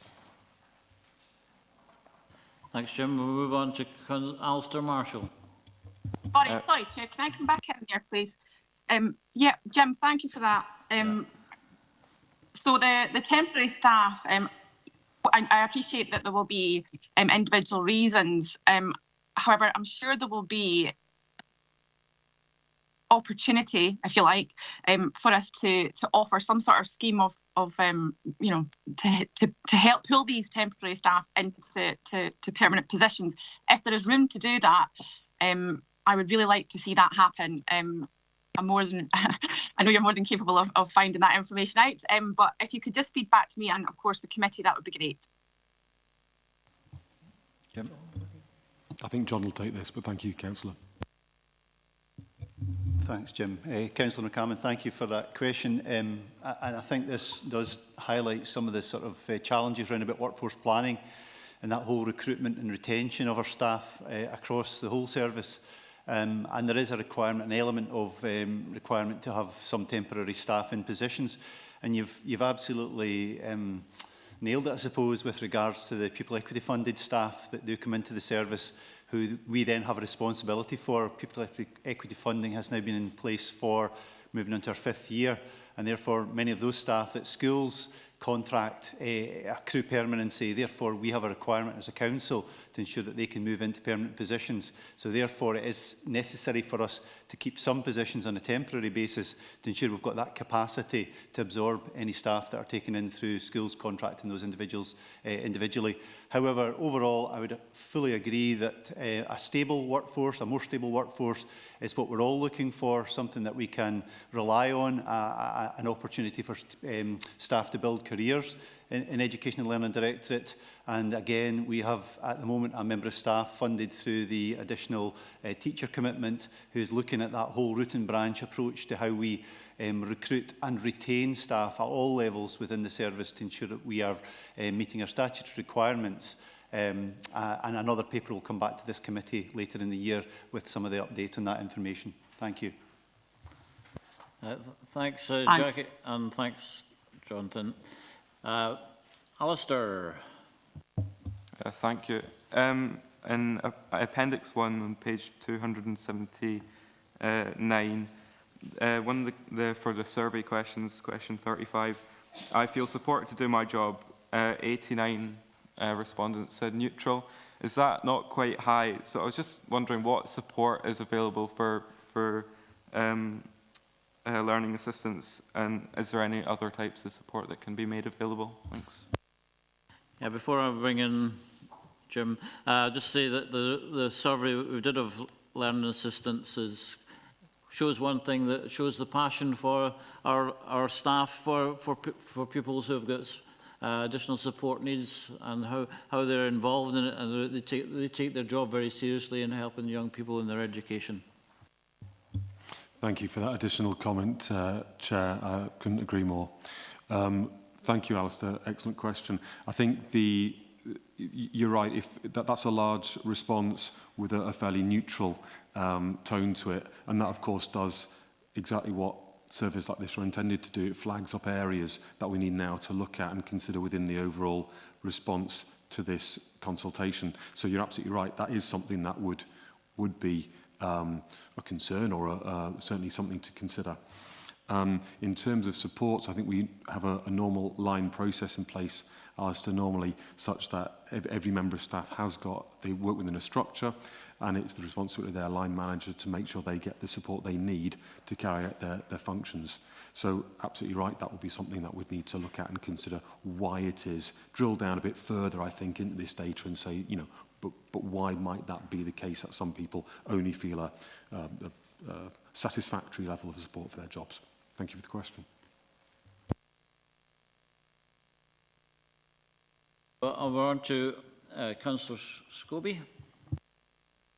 Yeah, Chair, I think Julie has articulated just, what most of us feel, or I hope most of us feel, is this increasing need for additional support for pupils who require this. I'm looking at 2.1 in terms of the recommendation, and it refers to 3.32, and that tells us the what. And I would hope this is included in the review. And then I look at 3.16, assuming the review will take this all in, a smaller scale consultation to take place with key stakeholders. And I just wonder why we don't have the adequate numbers within the review in terms of the consultation. I then look at the time scale as laid out, current allocation process time scales, and whether we're hitting the target for next year's budget in terms of any increase that may be needed. In my opinion, we got the cart before the horse, the chicken before the egg, whatever way you want to look at it, in terms of giving out an allocation of funding and then to assess, when what we should be doing is assessing the needs of these young people, recognising increased numbers, and then setting the budget. So I just wonder if that timescale meets that requirement in terms of the budget, and whether indeed we do, rather than a small-scale consultation, that we do consult with the stakeholders being parents, children who require that additional need, recognising what Julie said, it's not just kids perhaps from the deprived background or facing poverty, but there are other kids coming into the frame. And if we're going to get it right for every child, then we've got to see that that additional support is there for them and that we can provide, rather than try to work around a budget to see how that'll fit what is needed. Thank you for those comments. I agree. I think perhaps it's the wording, smaller scale, that is not particularly helpful, perhaps. All that means is in connection to the agreed consultation around framework, which is the totality of the piece, there will be a focused, maybe is a better word, a focused consultation specifically around the allocation of this additional resource. Does that make sense? It makes sense in what you're saying, but it's maybe not what I'm hearing. In terms of the scale that's required to do this review, and I'm presuming this is part of this whole review, to look at, you know, rather than the allocating the fund and then working out the assessment. I think it's to know what the totality is and then how we apply whatever funding is required. So the 3.16, as you say, it specifically is around the smaller scale, the focused, whichever word we choose. Consultation is specifically around, it says, on the learning assistant allocation process. So obviously that is, if you like, a part of the overall consultation, looking at how we best meet the needs of all young people.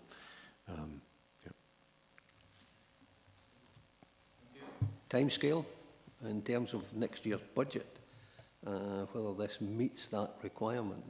You know, if we're recognising, as item 4 does, and most of the common thread, that this is on the increase, then is that going to meet the timescale? Should there be a requirement to increase that? I can only say that we have to do this in the timescale that we're able to.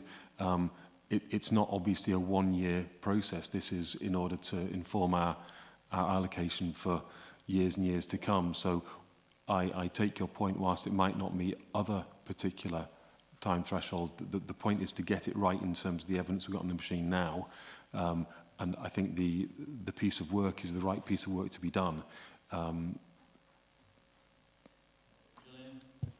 If it helps, I mean, I think it is set out in the paper that we will be requesting information from schools in January, and the budget setting process is in February, and the funding allocation budget is confirmed by Finance in March.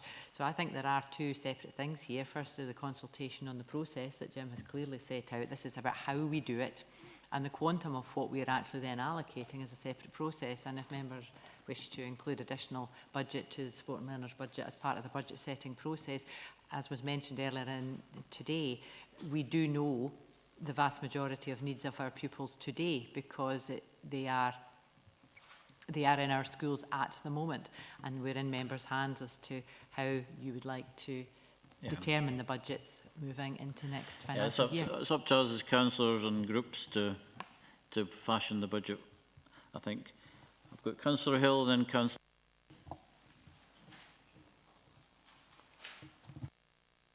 Hi, thank you, Chair. Just talking on the budget, the 88k that we carried forward, has that gone into this year's allocation? That's my first question. That was in the minutes. And then after listening to Julie Irvin and, you know, like listening to a lot of staff, 3.5, you know, we've increased to 1 in 3 of the total school population for children with additional support needs. And in 3.8, it states, you know, the Morgan report highlights in support for all learning, you know, children all need to reach their potential. Are we offering an inclusive educational experience for all of these children in mainstream? And if we are, I then go on to, you know, the training for learning supports, because learning supports, to be employed at the moment, you need in your English and your numeracy at a level. But how are these learning supports that are then put into school, into mainstream school, with children who have dyslexia, dyspraxia, you know, ADHD, autism, vision and sensory impairments? How are these learning supports then being supported in supporting these children? What training, you know, have they had or is going to be put in place? And I know when we look at 3.30, there is going to be training and development. Is that going to be for current staff? Is that going to be a requirement when people apply for these jobs? Those are, you know, questions that I'd like to ask. Also, looking at the Learning Assistance Survey, we go to point 23. I'm confident that any violent incidents or involvements that I've witnessed have been reported. So here we have recorded on iTrent or CMIS. Do learning supports have access to these systems? Team Teach, do they report them directly to Team Teach? And Health and Safety Team, is that their, you know, management that they report them to? I was a bit confused at that. Also, the training and development opportunities that they've undertaken in the last 3 years, point 26. We've got Autism Open University, 132, which is fantastic. Have they done that on an individual level, or has the council put these courses on for them, along with the other courses that are there? I know Team Teach is one for council. On page 278, it says, are there safe spaces, point 31. 70 people said no, and 132 said maybe at times. That needs to be something that's addressed, I feel. And also the point that was also brought up, do I feel supported in my job? You know, those figures there, it's sort of like the learning support. I know we're looking at it and I know there's going to be a review, but we really need to be getting qualified people to look after these children, as well as the old-fashioned classroom assistants to support the teachers in delivering classes. And if we're going to be inclusive and have children in classes rather than segregated, you know, who don't necessarily need to be in learning centres, how are we going to do this? How are we going to move forward with this? How is the framework for inclusion going to work and be rolled out? Thanks for those numerous questions. Jim? Thank you, Councillor Hill. And I agree with you entirely in the last points you made around the fact that this is the work that we need to be looking at.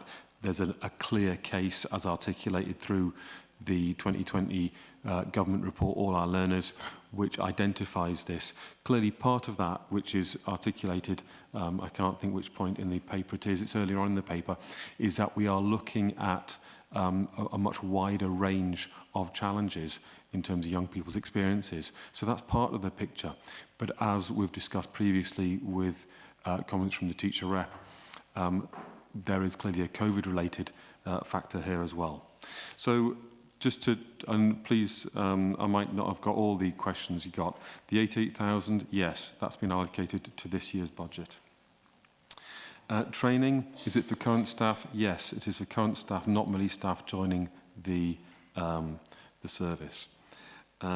In terms of incidents that happen in school, there's a very robust process where staff should be reporting incidents to line managers, and then those are given to business or school support managers in schools or head teachers and recorded appropriately. In terms of the CPD, I believe, obviously I don't have the exact detail at my fingertips, but the courses you describe, my understanding is that they are the ones delivered by us. So that's Education Department funded courses. And the final, most general point you made, Councillor Hill, is how are we going to do this? And I think what I have done with this framework for inclusion is I have tried to articulate a very complicated planning landscape which has got a large number of government initiatives to look at how we close the poverty-related attainment gap. And the framework for inclusion is a single document where we can look at all of those intentions and desires. The how comes out of this piece of work and other pieces of work where we are going to look at the data, listen to the voice of everyone in the system to say what is the need, and then we need to look at, well, how do we go about meeting that need? So that's what this paper is starting here today. Thank you. Chrissy, has all your questions been covered? Can I just ask on that last point, listen to the voice of, you know, people in the system. Will that include speaking to learning support assistants? You know, because some of them are working in learning support bases with no skill set, barring, you know, they've been there for years, or, you know, they're picking a bit up here and there, with really high tariff children that need, you know, prominent support. So I think sometimes, you know, I understand that staff understand, you know, quite a lot of these needs, but I do feel that the learning supports need to be listened to because they're the front line. They're the people that are working with these children. And sometimes these staff are saying that they're working with high tariff kids and have no background knowledge. Now, I know there's data protection, but if they're working with these high tariff kids, surely if they're there on a daily day-to-day basis, they should have the knowledge and background of what triggers these children, you know, especially with autism and ADHD. Thank you. Can I put you in the direction of 3.12, which talks about the fact that in response to the government paper, All Our Learners, All Our Children, government and COSLA have put a group together, ASLIG, to look at how we implement the recommendations from the Morgan report. So I absolutely take your point that there is a need. The need is being looked at nationally, but we've got our local articulation of how we will do this. And in terms of capturing voice, I think the survey is a good starting point there, and it certainly does, you know, show exactly what Chair described: a hugely committed workforce who care enormously about our children and young people. But we will continue to take a wider variety of voice from all stakeholders. Thank you. Okay, thanks, Jim. We've got Councillor Lowe. Thank you, Chair. So I'm coming at this as a perspective of being a teacher. I've been a learning support assistant, and I'm now supporting particularly one family with an issue. So allocation to schools, and certainly between schools when pupils move, is as good as the information you have.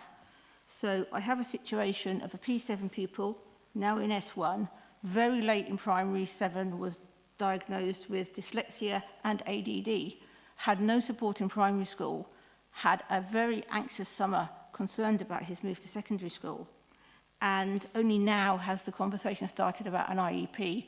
Now, I'm aware that that gap can be picked up now, but just that lack of information, it was made available, it wasn't logged, not even in the transfer from one school to another. And I'm concerned that that is one of, 21,000 individuals, but he is an individual, and it could well just push him back and give him a bad start to his secondary career. And we need to make sure that that doesn't happen. That information's got to be correct and it's got to be passed on properly. Thank you. Thank you. Kim? Yeah, Jim? Thank you, Councillor Lowe, and I regret that situation you described. I don't know the details of it, obviously, and you're more than happy to speak to me about that. What we have within the model as it currently stands is a contingency that is held back from the initial allocation, so that when requests are made by schools to Supporting Learners team, there is funding throughout the year to meet need as it arises. In terms of the specific case as well, that seems that it's very much a transitions piece of work that perhaps needs to be looked at. But also I think there is within this paper, part of it is looking at the moderation of need so that we actually understand very much across the piece what we understand to be need as described. So I take your point. Thank you for bringing that up. I am glad to hear that you're saying it's now being addressed in the secondary school. That's good to know. And happy to speak about it with you further. Okay, thank you. Councillor McCammon. Yeah, thanks, Chair. Jim, not Hugh. So page 276 on point 26. What training and development opportunities have you undertaken in the last 3 years? Now, first aid, I thought would have been higher. So can you clarify what our first aid requirements are in schools, please?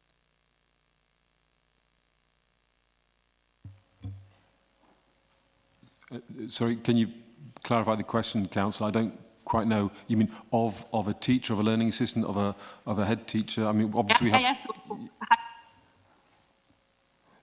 That there is no expectation that any individual member of staff responds to first aid need. We have allocated nominated first aiders who then take on that responsibility, but it's not a standard expectation. So it's not a standard expectation from Scottish Government, do you mean? Sorry, it was when you say standard expectation. I'm sorry, the line's breaking up very slightly there. What I suppose I mean is within the contracts we have within Dumfries and Galloway Council, that's not the expectation written within those contracts. So if I want to send my child to a Dumfries and Galloway school, he could choke to death.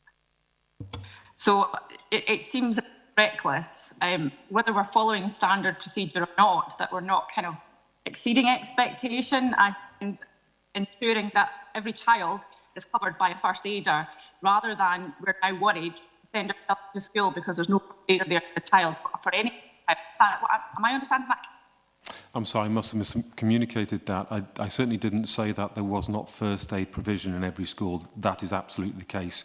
It's simply saying that that is nominated. There are nominated staff in all schools to provide first aid in schools. So all schools have got a first aid policy which we stick to. Sorry, can I just clarify, please, Chair? So can I just get assurances that there will always be a first aider on school premises for children?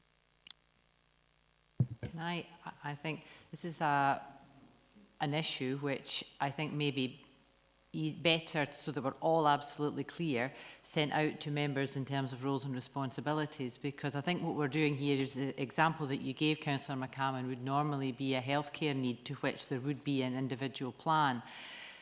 School staff are not responsible for provision of healthcare in schools. That's part of the Education Scotland Act, and that is therefore the responsibility of the NHS. So if a child has a medical incident in a school, then the first port of call from the head teacher would be to phone 999 if it was a serious incident, such as the example that you gave. But of course, all staff in school have got a duty of care, and we do have first aiders in schools. But those first aiders are required for staff as well as providing a duty of care for pupils. Yeah, okay. So it's really just, it's quite a simple question. I mean, I feel like we're scratching around it. So what we're saying is that there is first aid required for staff members. But when I'm sending my child to a Dumfries and Galloway school, there is no requirement for there to be a first aider for a child. They must wait in an ambulance. So if they're choking and there's no one trained, I'm sorry, I find it a bit strange and quite overwhelming that what we're saying is the requirement is for staff to be attended to and attended to by first aid, but not children. Sorry, I think I've got that wrong. I hope I've got that wrong. I think we'll clarify for that, Jackie.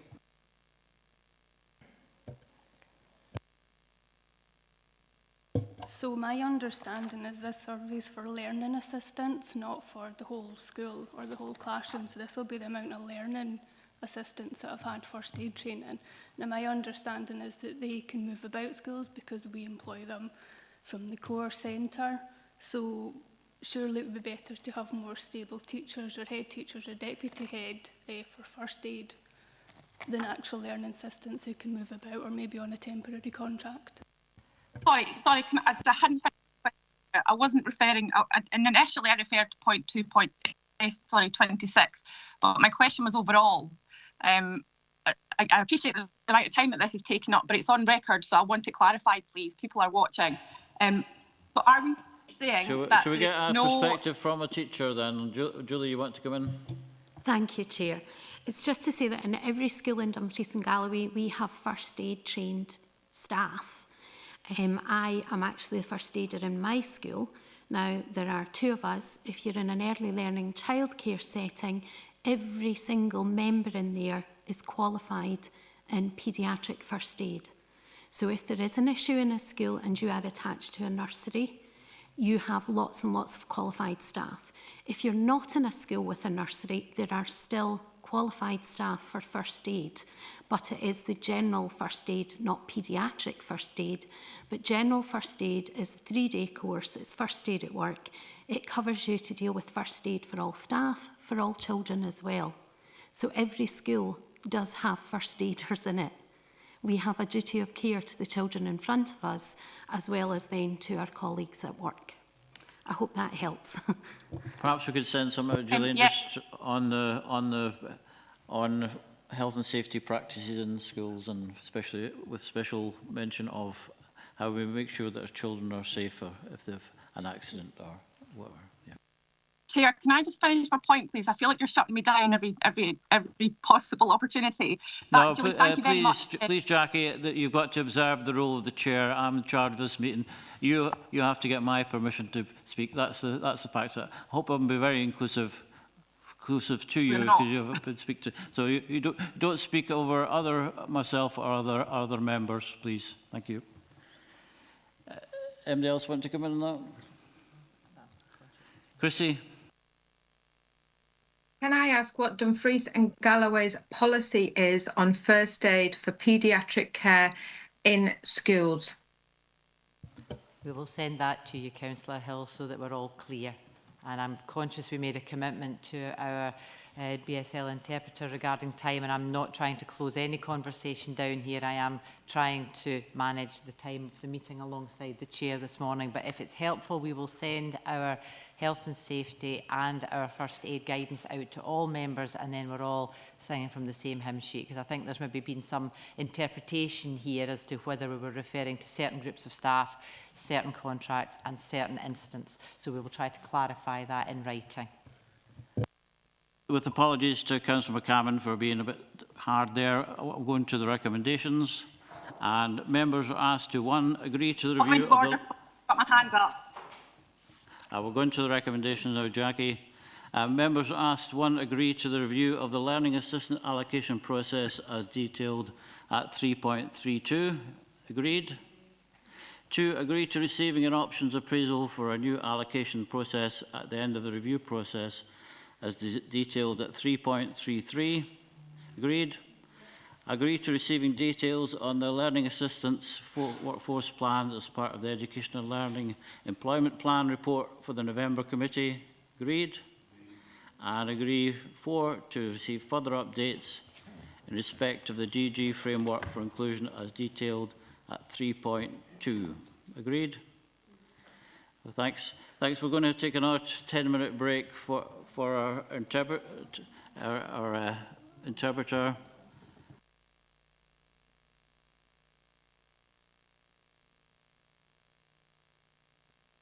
Can we just clarify, Chair, if I may? I apologise if I've interrupted. Will that be a lunch break as we'll go on 12:30, or will that just be a break? I didn't quick do that.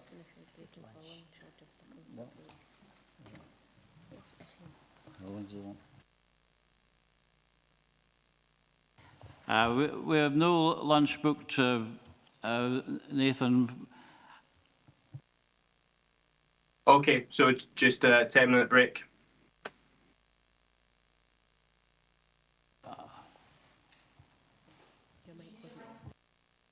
So we'll take a 10-minute break and be back with you at just after 5 to 1. Okay.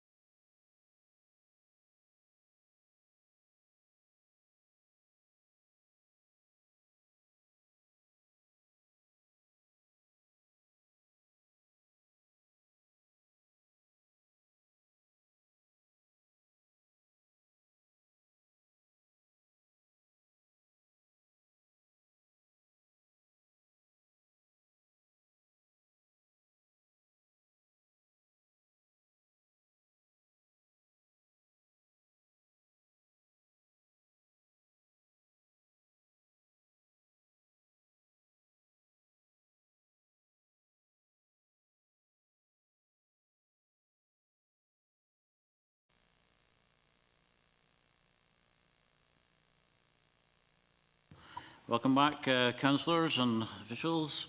We're on 10, Property Building School Asset Class Update, report by Director of Skills, Education and Learning.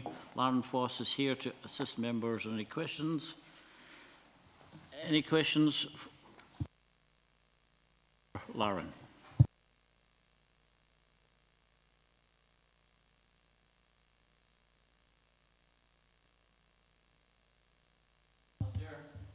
Thank you. On Appendix 1 and page 285, what is renew surface of circulation routes? Good job, I'm not answering this one. Thank you, Chair. Just to confirm what that covers, Alistair, that's generally schools have a devolved budget that's responsible for floor coverings, floor finishes. What we find is that when it comes to replacing the floor covering of a corridor or a games hall, sports hall, etc., it can be beyond the school's financial position. So what we have is a budget line in there at officers' discretion to help out schools in positions like that.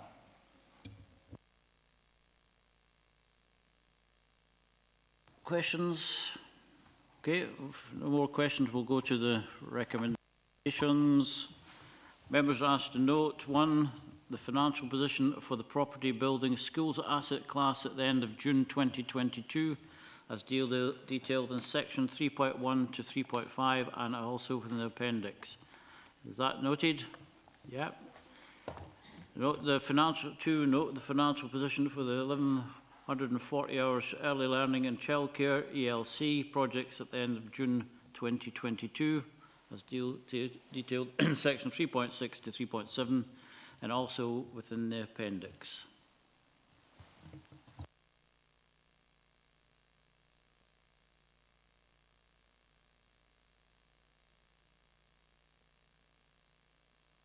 A question from Councillor Dennery? Just from Councillor Dennery as well. Thank you. Thank you, Chair. I was just saying, could we go back to the start? We were due to start after 1, and the interpreter and I were both not online by then, so I've missed everything that's been said. If you could go back, please. Thank you. Apologies for that. We just had a discussion on there was no questions apart from Councillor or younger person Alistair. Do you want to repeat the point that you made? Yeah, I just had a question about what renew surface of circulation routes were, but that was answered. Thank you. And Lauren, could you repeat your answer for Councillor Dennery? Thank you, Chair. Just to say that the circulation line within the asset class budget allows officers discretion to replace corridor floor coverings, games halls coverings, so it doesn't come from the school's DSM budget.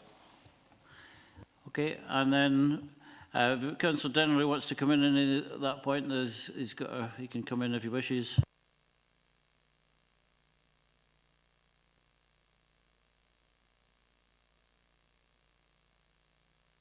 No points. No points to raise. Thank you. Once again, apologies for jumping the gun. Okay, and then we went to the recommendations as in the paper. Note the financial position for the property buildings school asset class, and 2, the financial position for the 1140 hours early learning. Are you happy with that we've agreed to note these papers?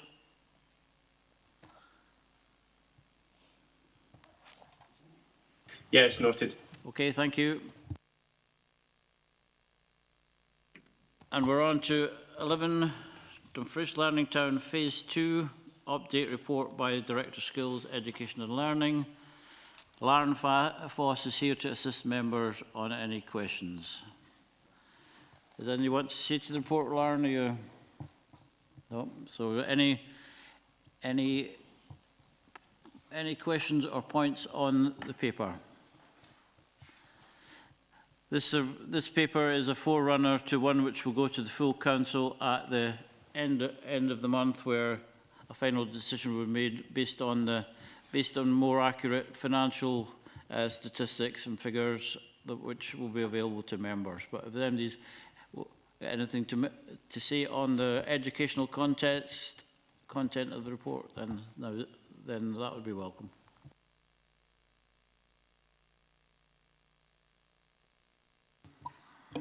Thank you, Chair.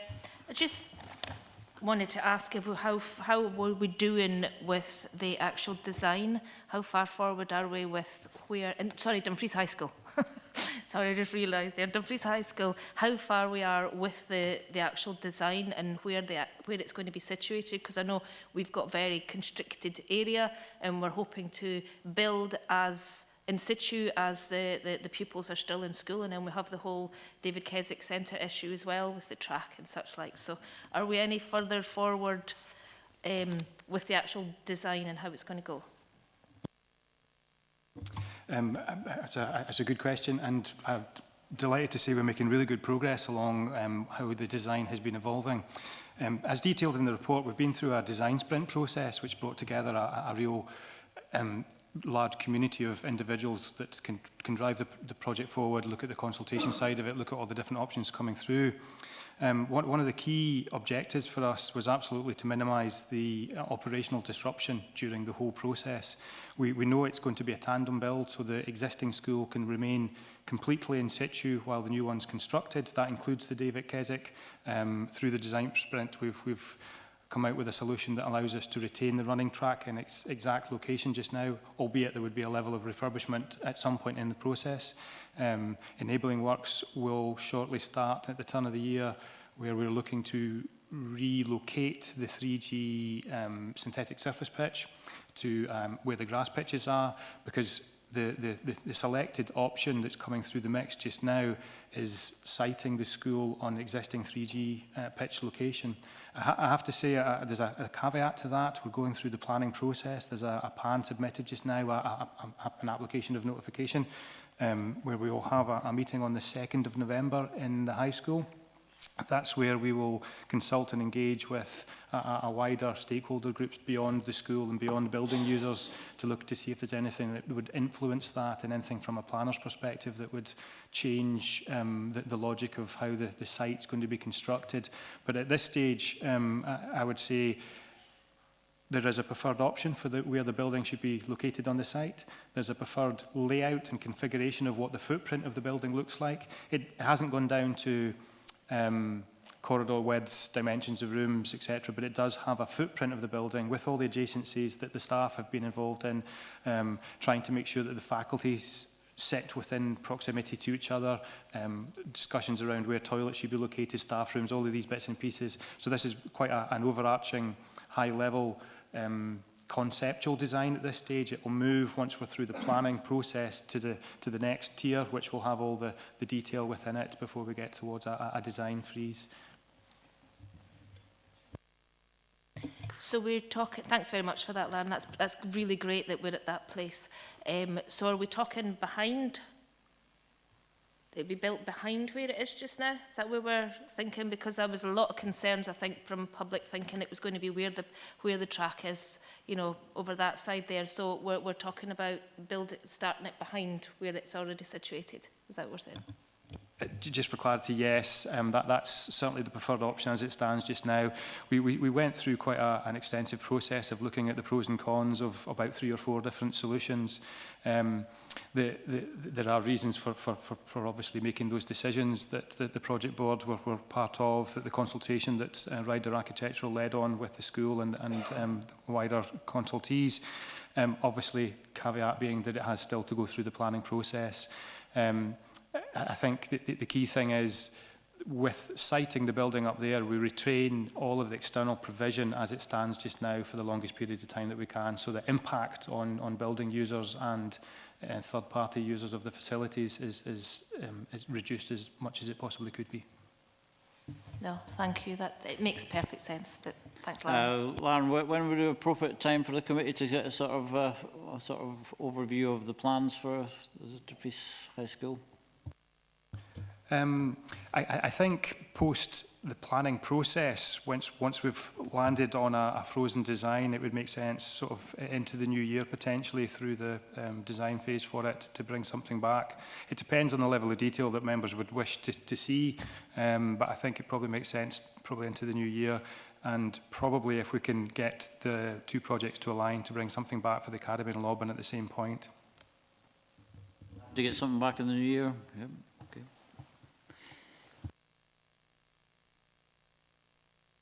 Finlay? Thank you, Chair.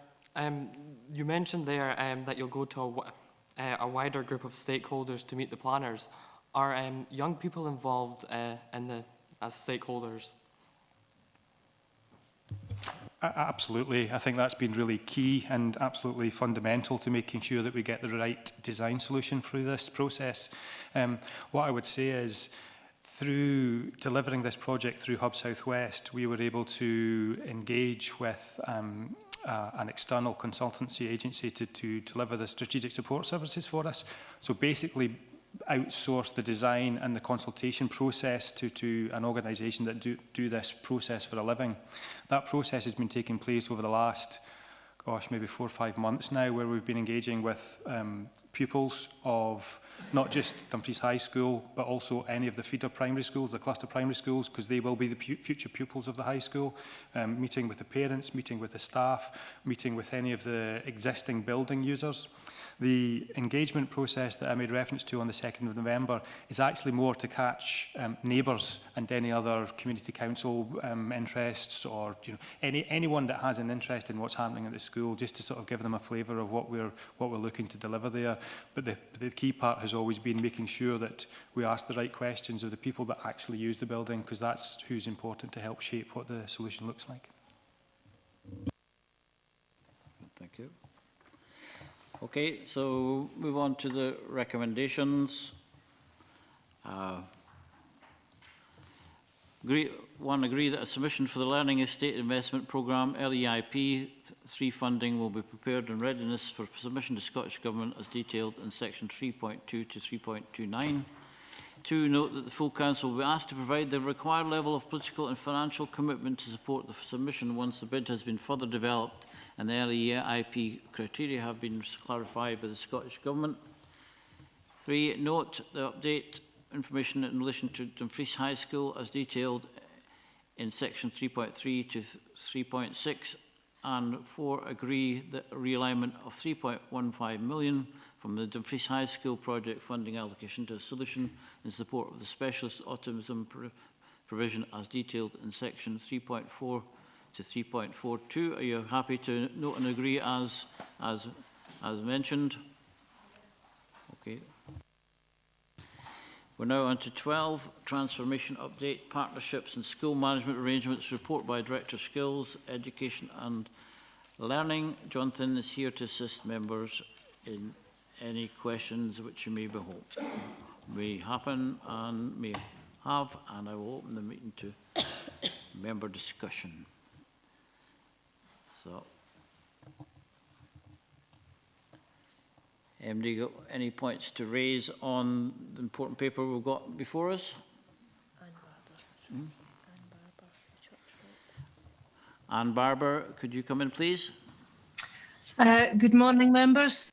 Good morning. I was very pleased to be involved with the discussions with Jonathan and his team regarding the special position of Roman Catholic schools and the situation which occurred.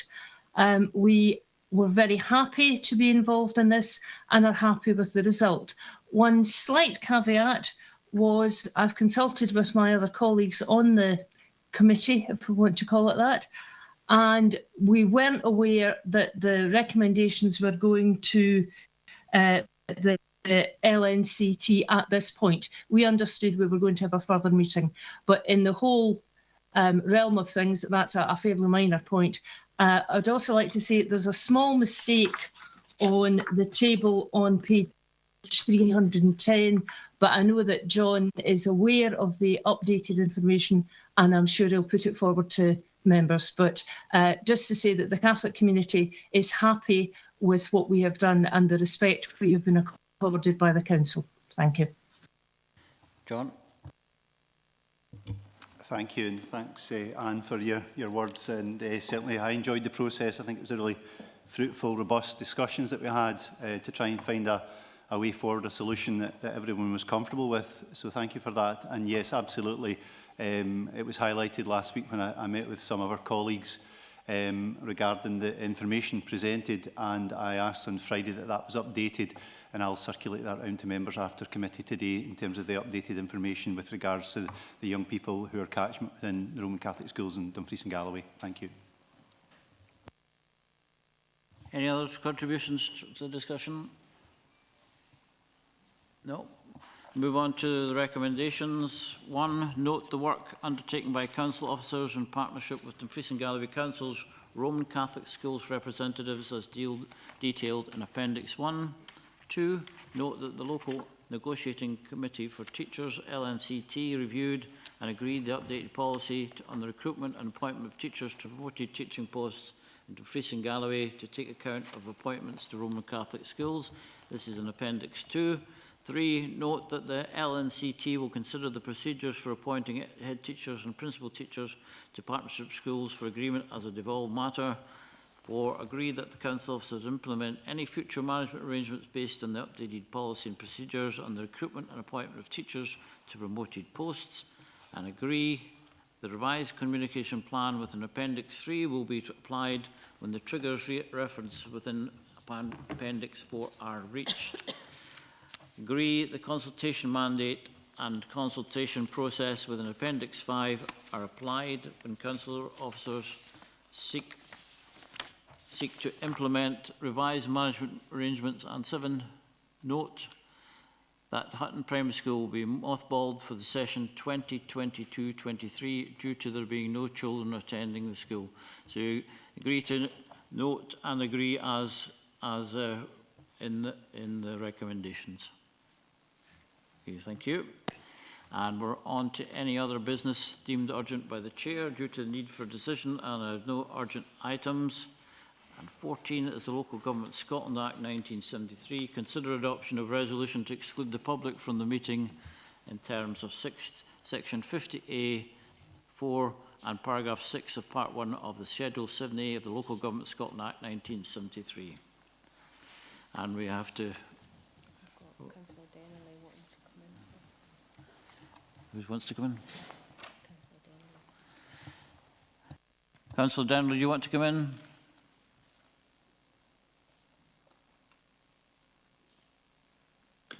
Yes, just on the AOB part. I received notification from Carstfern Community Council, who feel very strongly and would like to object to the closure of the school premises following the statutory guidance and procedures of the consultation. They had asked me to just become involved and to support the process and to clarify what the plan was and how this worked, with how this was processed. Yeah, I think there's a meeting later this month, so... Because, as I say, the community objected from that. Sorry, Chair. Okay, thank you.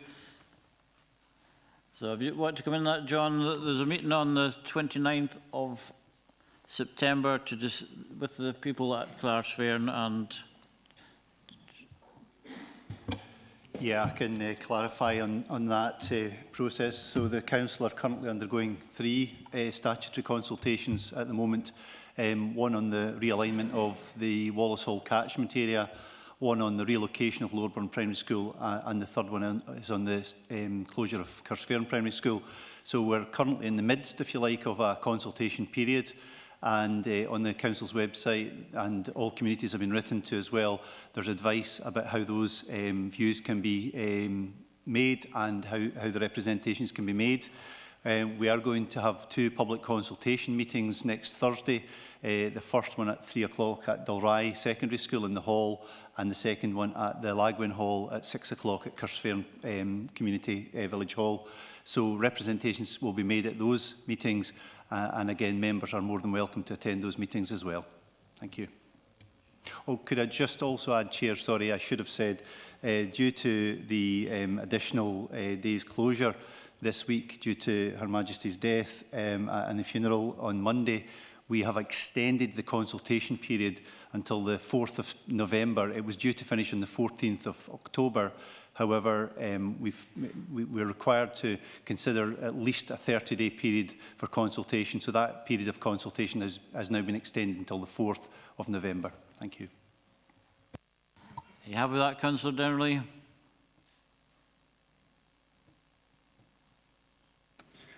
Yes, I completely understand, and I will inform the community of that.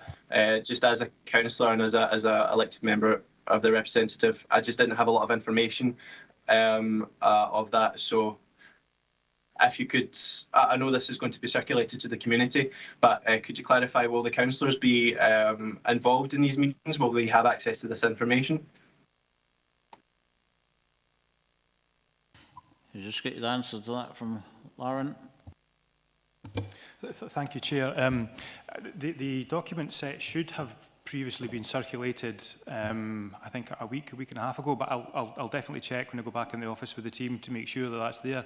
It sits on the Council's website. There are paper copies in various locations for all of the consultation processes, one in Cusfairn Tea Room, one at Dalry Primary School, some here at the centre. So I'll double check that, and if it hasn't come to you directly, I'll ensure that a document pack does. So we'll make sure that any documentation available comes to you, okay? Happy with that? Yes, thank you, Chair. Thank you. So we have moved that we move into the private section of the meeting. So you will have to come out of your Teams if you're working remotely. Then you'll have to come out of your Teams meeting and re-enter the meeting on the separate link.